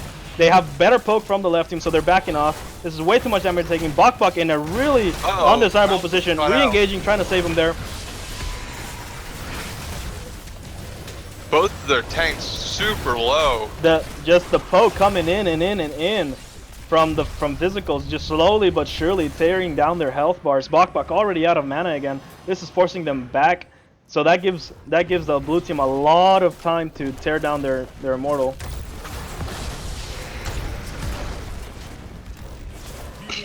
A lot of faith in your boy Dr. Frost. And he's definitely showing it, man. A lot of good heals and really good positioning. He doesn't look like he's been close to getting caught once. Alright, so this right here is an advantage for the red team, believe it or not, because when you're fighting under your immortal, that gives you like extra CC and extra places where you can force the enemy team to be in. So if they can possibly win a team fight here before they take down the immortal, then they can probably tear this around. Oh, the pig going in on Murden. Oh, the root going in. Graveseed really low, but way too much sustain. Murden goes down. Lucio's getting really low. The heal coming in. Lucio goes down. Dr. Frost being able to heal from a safe distance and disengage at the same time. Really good positioning. Wilted getting low. Flipmaster's gonna try his best to defend here, but I don't think he's gonna be able to do much here. If he commits too hard, he is probably going to die if he does not get out this very second. Flipmaster get out. Oh, he's going for the re-engage. Is his team going to re-engage with him? His team's coming back. We got Dahaka for the 2-on-4 to die. Flipmaster extremely low. Wilted is gonna get the kill here with a heal. Oh, the shield and the heal coming with the re-engage. They got the immortal, but now they're gonna try to do some. They're gonna try to turn it around here. Flipmaster unstoppable. Oh, a little bit of hesitation. A little bit of hesitation from the red team. It looked like they told them that they were going to re-engage, but they were a little too far away. They managed to save him in the initial engagement, but right now it's a little too late it was a little too late on the rotation, giving the second immortal yet again to team tear down build the wall. Man, these teams. To tell you the truth, George, I've actually completely forgotten which team is which again. It's tear down the wall on the right side and build the wall on the left side. Tear on the right, build on the left. Okay. Yeah, and they're going. Wow, that's a lot of damage from the Oriole field. Oh, Physical's going in super hard.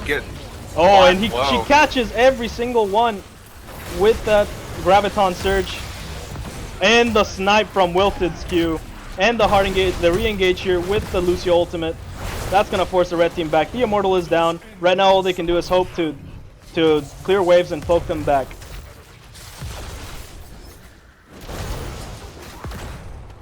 Yeah, looks like Terra's got an entire level advantage here, so hoping to try and push half a level. that. Half a level.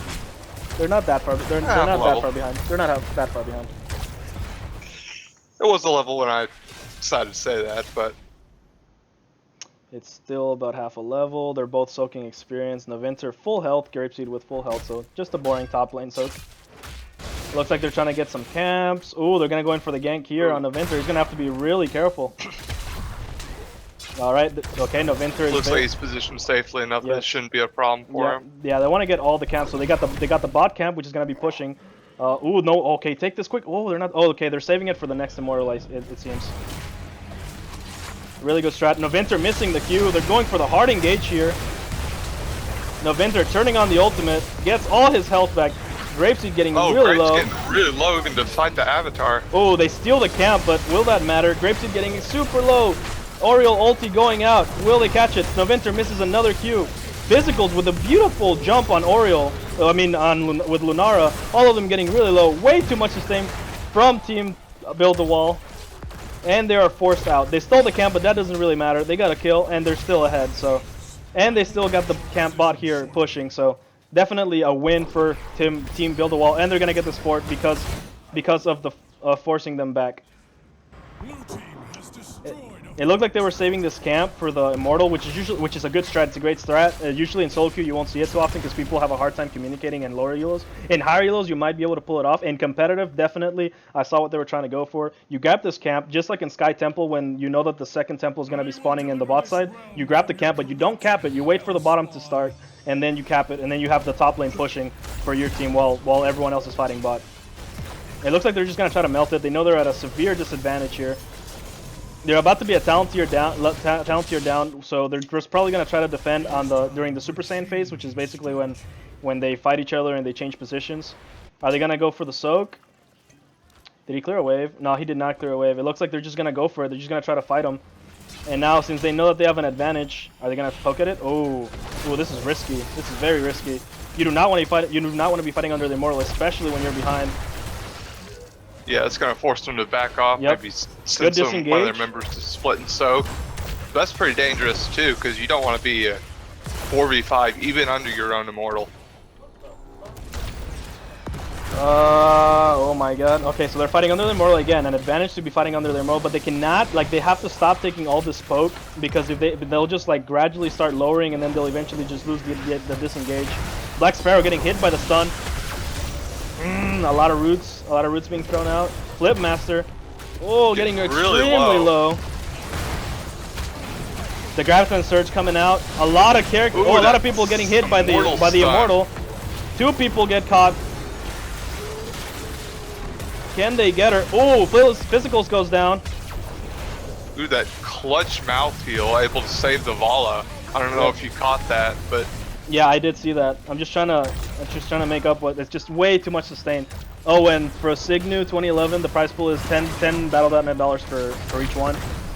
That's if we can. We didn't really have a full bracket, but I made this 3 out of 5 to see if we can probably get the cards. If not, I'll make it happen. I have my ways. They'll get the cards.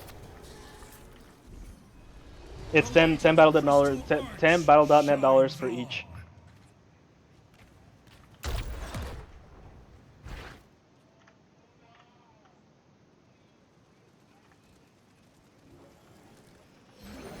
Alright, they're just getting ready for the Immortal to come down there. They're still at even talent tiers, but this is really rough. The double support there on the sustain is really rough for team tear down the wall.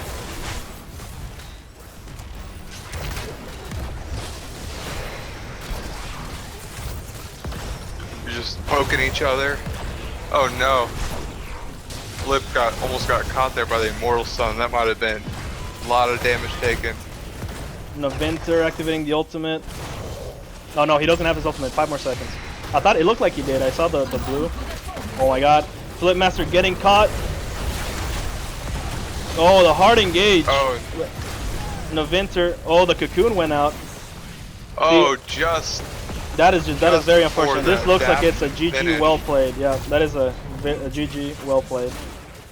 The Immortal is still nice and healthy, and it does about 11% of the core's damage per swing. Let's see. And it just hit level 16. Black Sparrow trying to do damage. Lucio goes down. Black Sparrow trying to do the best he can here. That's 9%. Okay, so at this point of the game, it's about 9% is what I'm seeing per swing. Late game, it's about 11 that I've seen the Immortal do. GG, well played. All right, so the second game is up. Second game is up.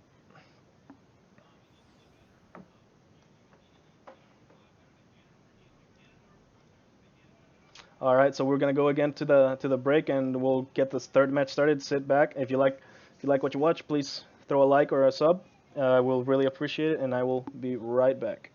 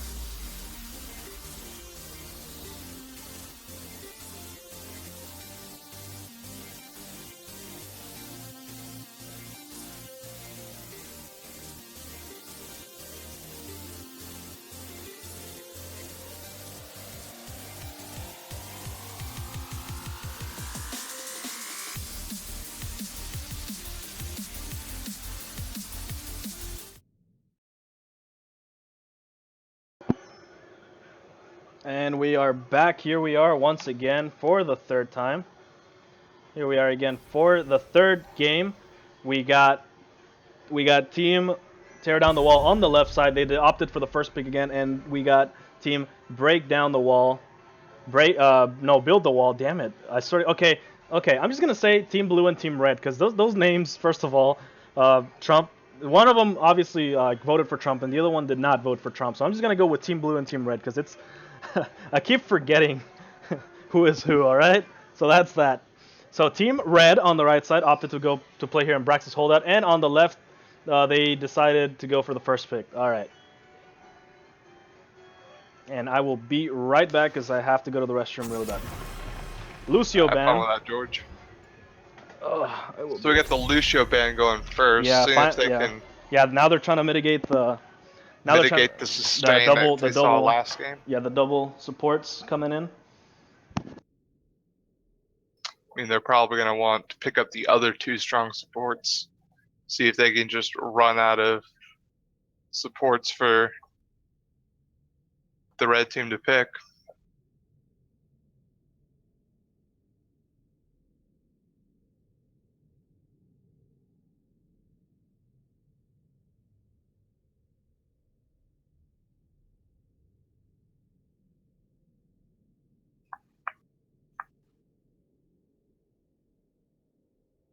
See if they can.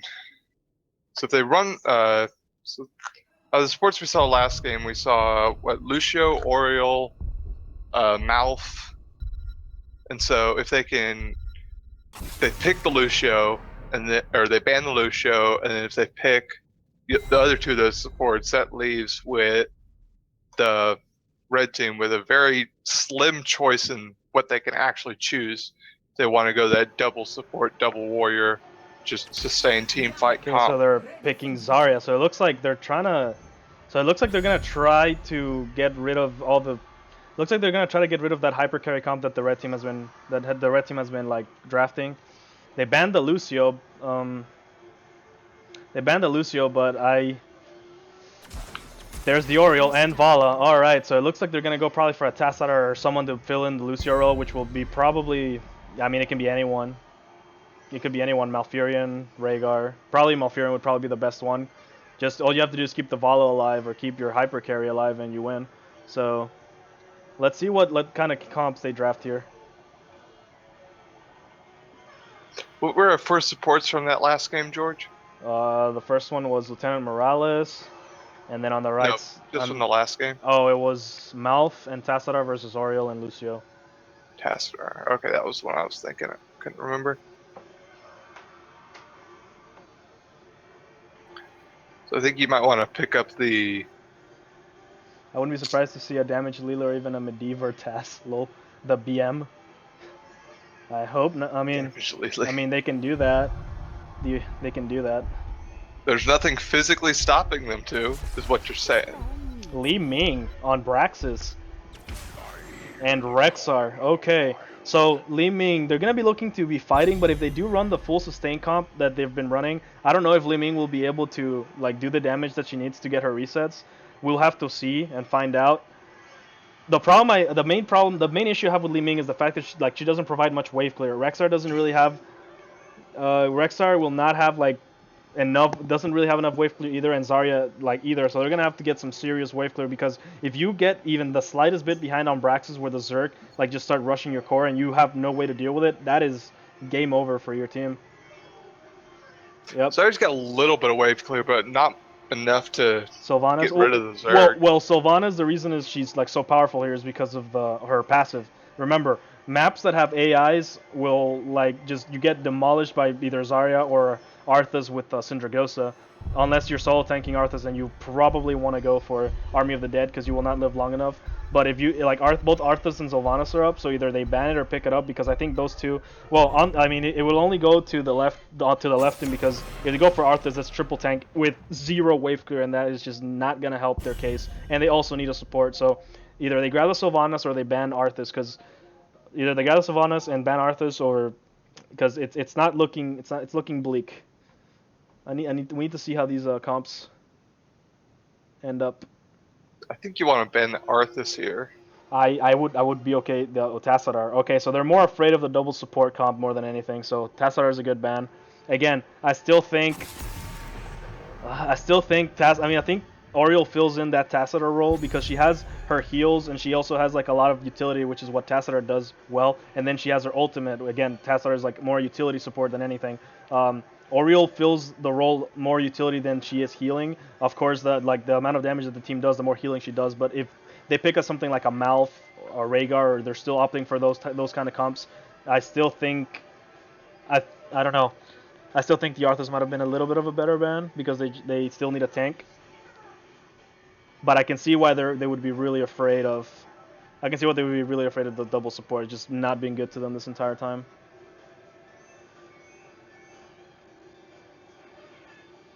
I'm still trying to figure out why they're going that Li Ming. It might just be a comfort pick. I'm guessing it's a comfort pick. Li Ming is not in a very good spot right now, unless you have like even then, Sonya. like I would have expected to and see Arthas. her on. Wow, brutal.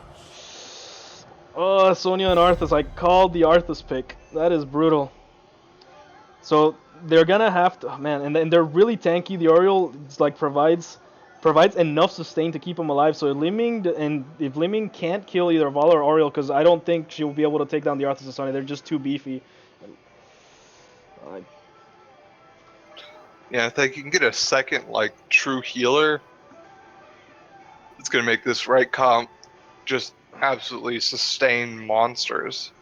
Because they've got the Arthas with a little bit of self-sustain, Sonya who's got a lot of self-sustain, and doesn't even use mana, and so neither does the Oriole. Vala's mostly auto attack dependent, so as long as nobody gets picked off, I actually think Vala's the right team will eventually win the fight. I actually think Vala's gonna go W build here just because she needs that extra AoE. Because a lot of their characters are very single target oriented. Almost all of them are. The only one that has some AoE is Arthas, and then Sonya's spin to win is more for the sustain more than anything. Fair enough. Greymane and Uther.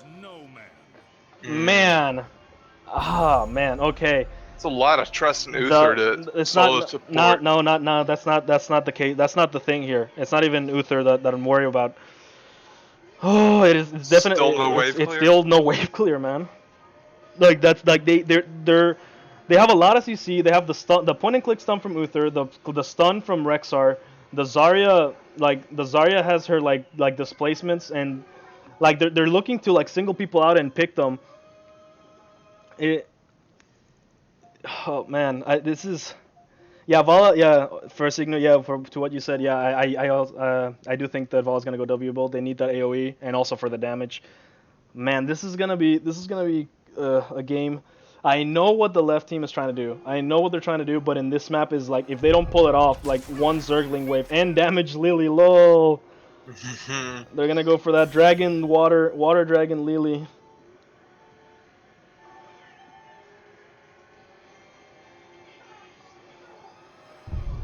Yeah, do you think Uther's, after he's just recently been buffed, I don't know if you've had enough time to experiment him, but do you think he can solo support?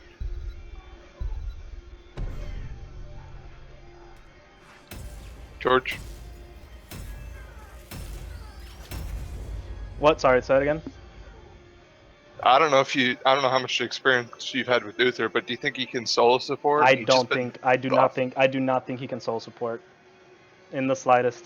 He now is a tank. He's a tank support, which is what they originally wanted. He definitely can survive now with all the resistances, and he can like go in first because he has the heals and the stun, and also his passive provides now armor when he heals. So he definitely is now he fills that role. Like I feel like he's more of a a utility support, just like Tassadar and Tyrael. But as a solo support, I really like they lowered his healing numbers, so I really do not know.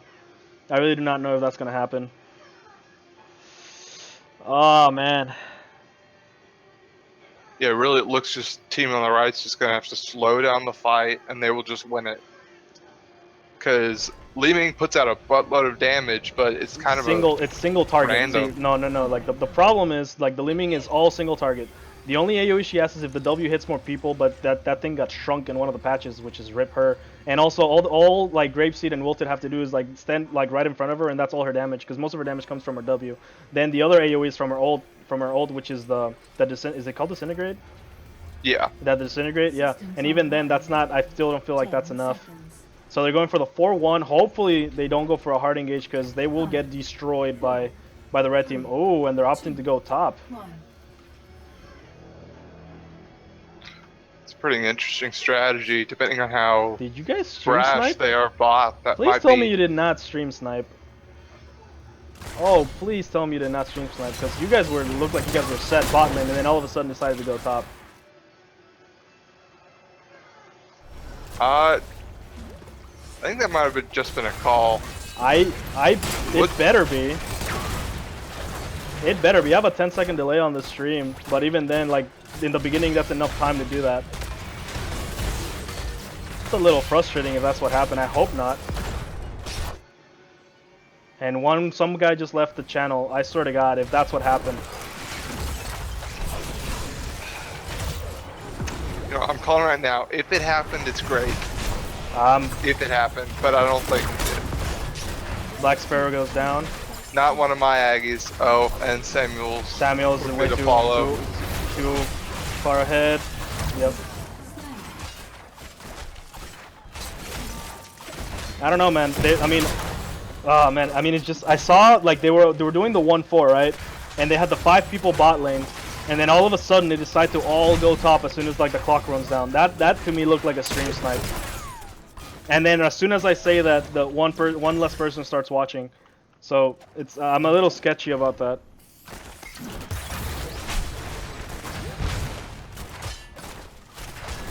Oh well, let's keep going with this game. Let's forget about that for a second. Yeah. Ooh, Wilted getting low, but he's got his W sustained. He needs to. I think he can go back and tap, but got to be wary that charges cooldown. Careful, Black Sparrow. Careful, Bach. Ooh, Grapeseed getting really low here. They're going hard on Fizz. See, the problem is the sustain.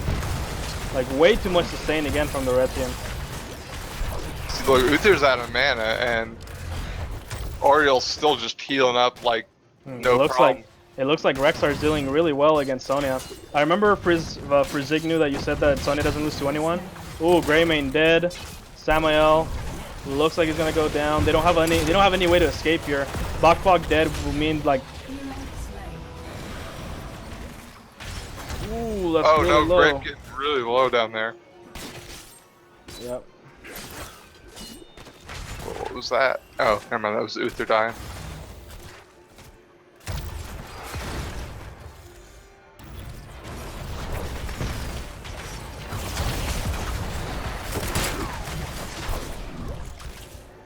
Okay, so it looks like Rexar was able to push Sonya off the objective.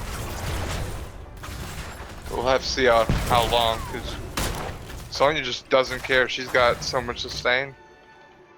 Okay, they managed to get top, and they're gonna get bottom, so they're gonna get some percentage here. Red's got almost half, so I don't think it's gonna be game over. Yeah. No, it's not game over yet. The game just started. Well, I don't think they're gonna get like too much out of this. Yeah. Because 44%. Sonya's still fighting the bear, but she needs to get out immediately.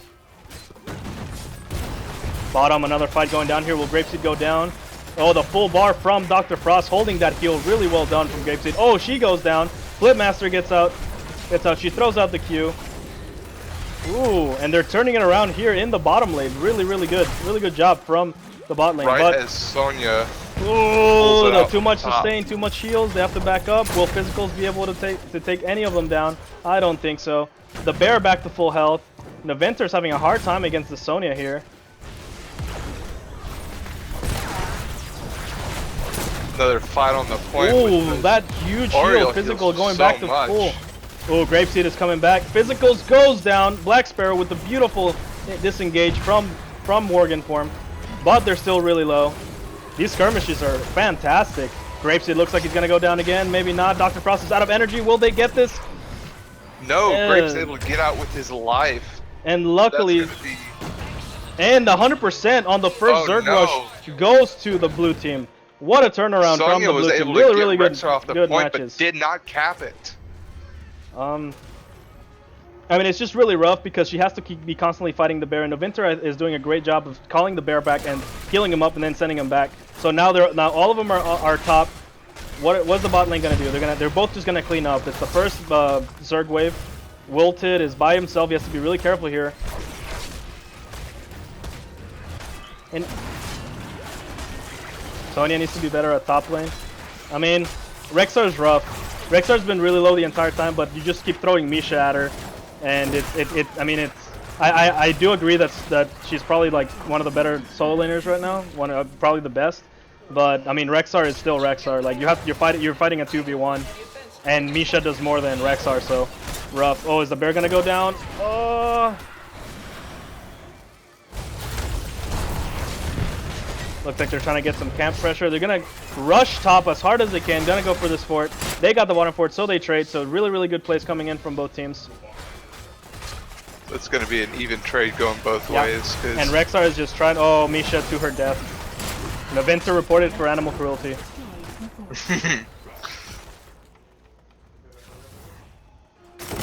Ooh, the beautiful rotation coming in from the bot lane. Not able to get anyone though, meaning that Sonya is going to be just gaining XP down there bot by herself. Yep. Wilted is just trying to clear this camp here.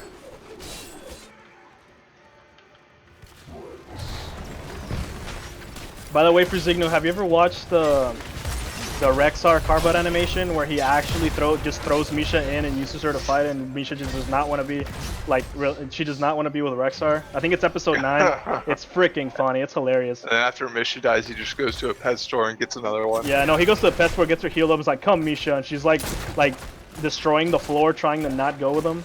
That was hilarious. I love those Carbot animations. Yeah, Carbot animations are great.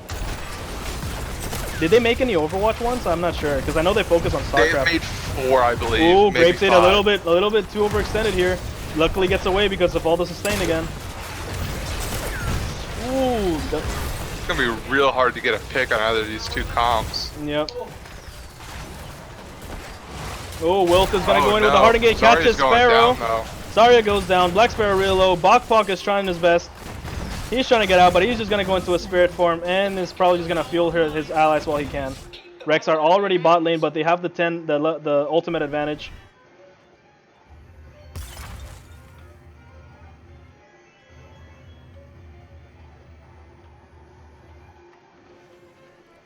Rexar should be getting out of there. Yep. God. Yeah, calls back Misha. No more animal cruelty! No, Misha! Okay, no! Oh, well, she bought him enough Misha's sacrifice will give the blue team enough time to rotate top and take that as a 4-man safely. Yeah, and now they're gonna rush this bot lane as hard as they can because Misha is out for. Oh wow, this UI does not have the Misha death timer. That is unfortunate. And Misha's back. Misha's back. But it looks like since they're uncontested, they might be able to get some territory unless they get. Oh, they're going for the rotation. They see Grapeseed top. They're gonna go for the hard engage. Lily gets caught. Stasis immediately to try to buy him some time. That looks like too many different focus. Flip really low on the Li Ming. Yeah, Flip is. Oh, Wilted. They need a turnaround immediately. One goes down. Wilted goes down. No, Wilted able to take goes down. Goes down. The Imp just trying to keep himself alive. Grapeseed from the aggressive positioning trying to save her, and she does. Grapeseed trying to appeal for his teammate. Too many heals, but because of the hard focus here, they get 72% off of the Zerg rush. Hopefully they manage to get more than that because the death timers right now are still fairly low. Really, really good rotation for the pick, but sadly, 72% goes of the Zerg go towards the red team. Grapeseed, and they're already in position. They're already in position to get it back. They get 12% to 72%. This is gonna be rough. Bokpok, too aggressive. Ooh, I think that just cost you your death. Shield is trying to keep him alive. He should be real lucky. Yeah. Oh, and the Cinder goes to finish him off. And that's gonna be 2 picks right there. A little bit of an aggressive play. They were trying to keep the shine or the point. I don't know. I forgot what they were called. They were trying to keep them as much as they could. Oh, that stopping to get mounted just killed him. That's unfortunate. And Sonya takes the camp. Brutal, brutal. That's gonna be 100% to probably 12% here from the red team. Really good team fights in this game, though. It still can go either way. Some great rotations coming out from both teams. Yeah. Just going out a little bit better for the red team. Just how everything cracked out.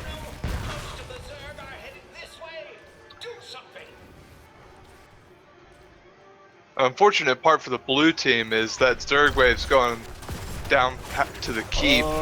Come back, Misha.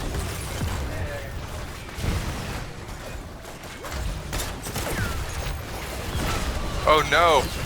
Black Sparrow gets goes annihilated. Down. That Oriel whip able to stun him. And that Q from Grayman is about as much wave clear as the blue team had. So that's gonna be a definite keep for them. And it possibly the game. They're a town tier ahead, and they really can't do anything about this Zerg rush. Oh my God! And the catch with the 3 people here. That they're trying to wombo here, but not enough damage coming in from the blue team. Too much sustain, and she goes down. Down to the Sonya. Samuel's staying alive. Bok trying to get out. Greymane goes in, trying to put the damages. Will Sonya go down? Too many heals. Black Sparrow gets low. He tries to get away. Healing coming out from Uther, getting all those resistances. Throwing out the Qs. Navinter trying to... Oh, wilted a little bit too far forward. He get picked and he gets out. And now they have to deal with the Zerg, so they just back off. The red team knows that they have one disengage. The red team knows that they won disengage, so better safe than sorry. They're gonna rotate bot, get a bigger lead. Gonna get this camp really quickly. Probably rotate. There's a huge wave down here. Gonna get that fort. Oh my God, they're looking for another hard engage. They might get the fort for free. They're looking for another hard engage. They're an even town tier, so if they're gonna do it, they have to do it now. Zarya, Samael is not in position. I don't think they can pull this off. Oh, he throws Misha in there once again. Oh, I feel like they could have actually maybe pulled that one off because they had a lot of cooldowns down from the red team. So, but it's all right. It's all right. They're going for camps. Oh my God, scouting Misha, taking a beating. Yeah, but Greymane down bot had to clear that wave, and that just didn't want to engage the 4v5. And 1, 2, they're gonna get this fort. They should just let it go. Let it go. All right, they're backing off. They have to clear top lane because they got siege minions and that camp heavy pushing top. Level 1, Misha. It's like red team's gonna be trying to take that, at least the walls for free. I mean, they have 2 people top. If they just keep shoving here, they could actually just get the keep and get out. Yeah, it looks like this is gonna go for a keep. Looks like they're gonna go for a keep here. Okay, the rotation coming in. Maybe not. Maybe they can save this. Ooh. Well, the minions are down, and yeah, red team's just side. Oh, they're trying to go for the hard engage. They want to fight him before they hit that level 16. If someone dies though, that's gonna be really bad. 2 people get caught from the red team. The stun goes out. Oriel saving physicals. They're trying to put as much damage as they can, but not enough damage is going in. Flipmaster extremely low, gets caught by the Q. Bok is trying to heal his teammates. Black Sparrow is getting soloed by the Sonya. He grabs the Civica, but I don't think there's going to be enough. Wilted, unfortunately, gets hit by the keep, giving him, debuffing him and not being able to cast the Greymane. This is going to be a cape, and with 30 seconds, and with 20 seconds on the clock for 3 teammates, I think that's probably good game. No, they're going for the safe play. All right, respect.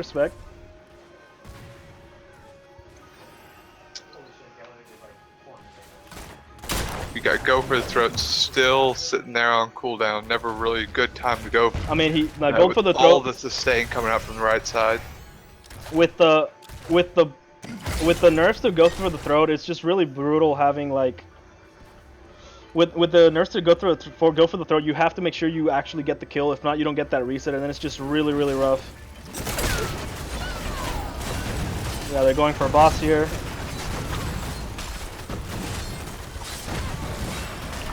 Does boss push top or bot? It pushes whichever one has less structures, or whichever one has more structures. I mean, but since they lost all their structures already, I think it just goes wherever. Right. They have a Zerg rush going bot. Yeah, boss pushing one side, got a full Zerg wave going the other. I think this just has to be good. GG. Yeah, you have the Zerg. You get the Zerg push coming bot in the boss top lane, so they're gonna have to kill them here. Catches. That looks like to be a good game. Is Zindragosa coming from the back? What was that? Oh, and that's GG, well played.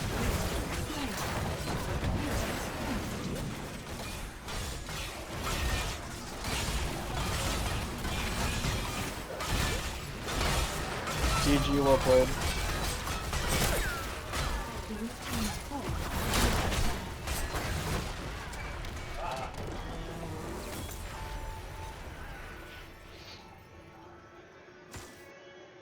Alright, and that one's over.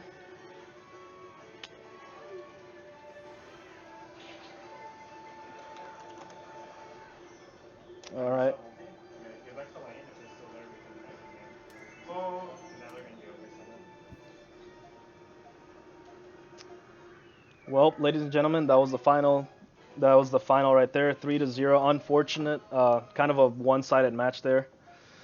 But what can you do? Both teams, I think, did a fantastic job. Even though it looked really one-sided, I think it was a little bit. Even though it looked one-sided, there was a lot of good skirmishes, and it could have still gone both ways. The double support comp definitely caught them off guard, and they tried to snipe it, and they tried to like deal with it by banning. But you know, there's only so much you can do.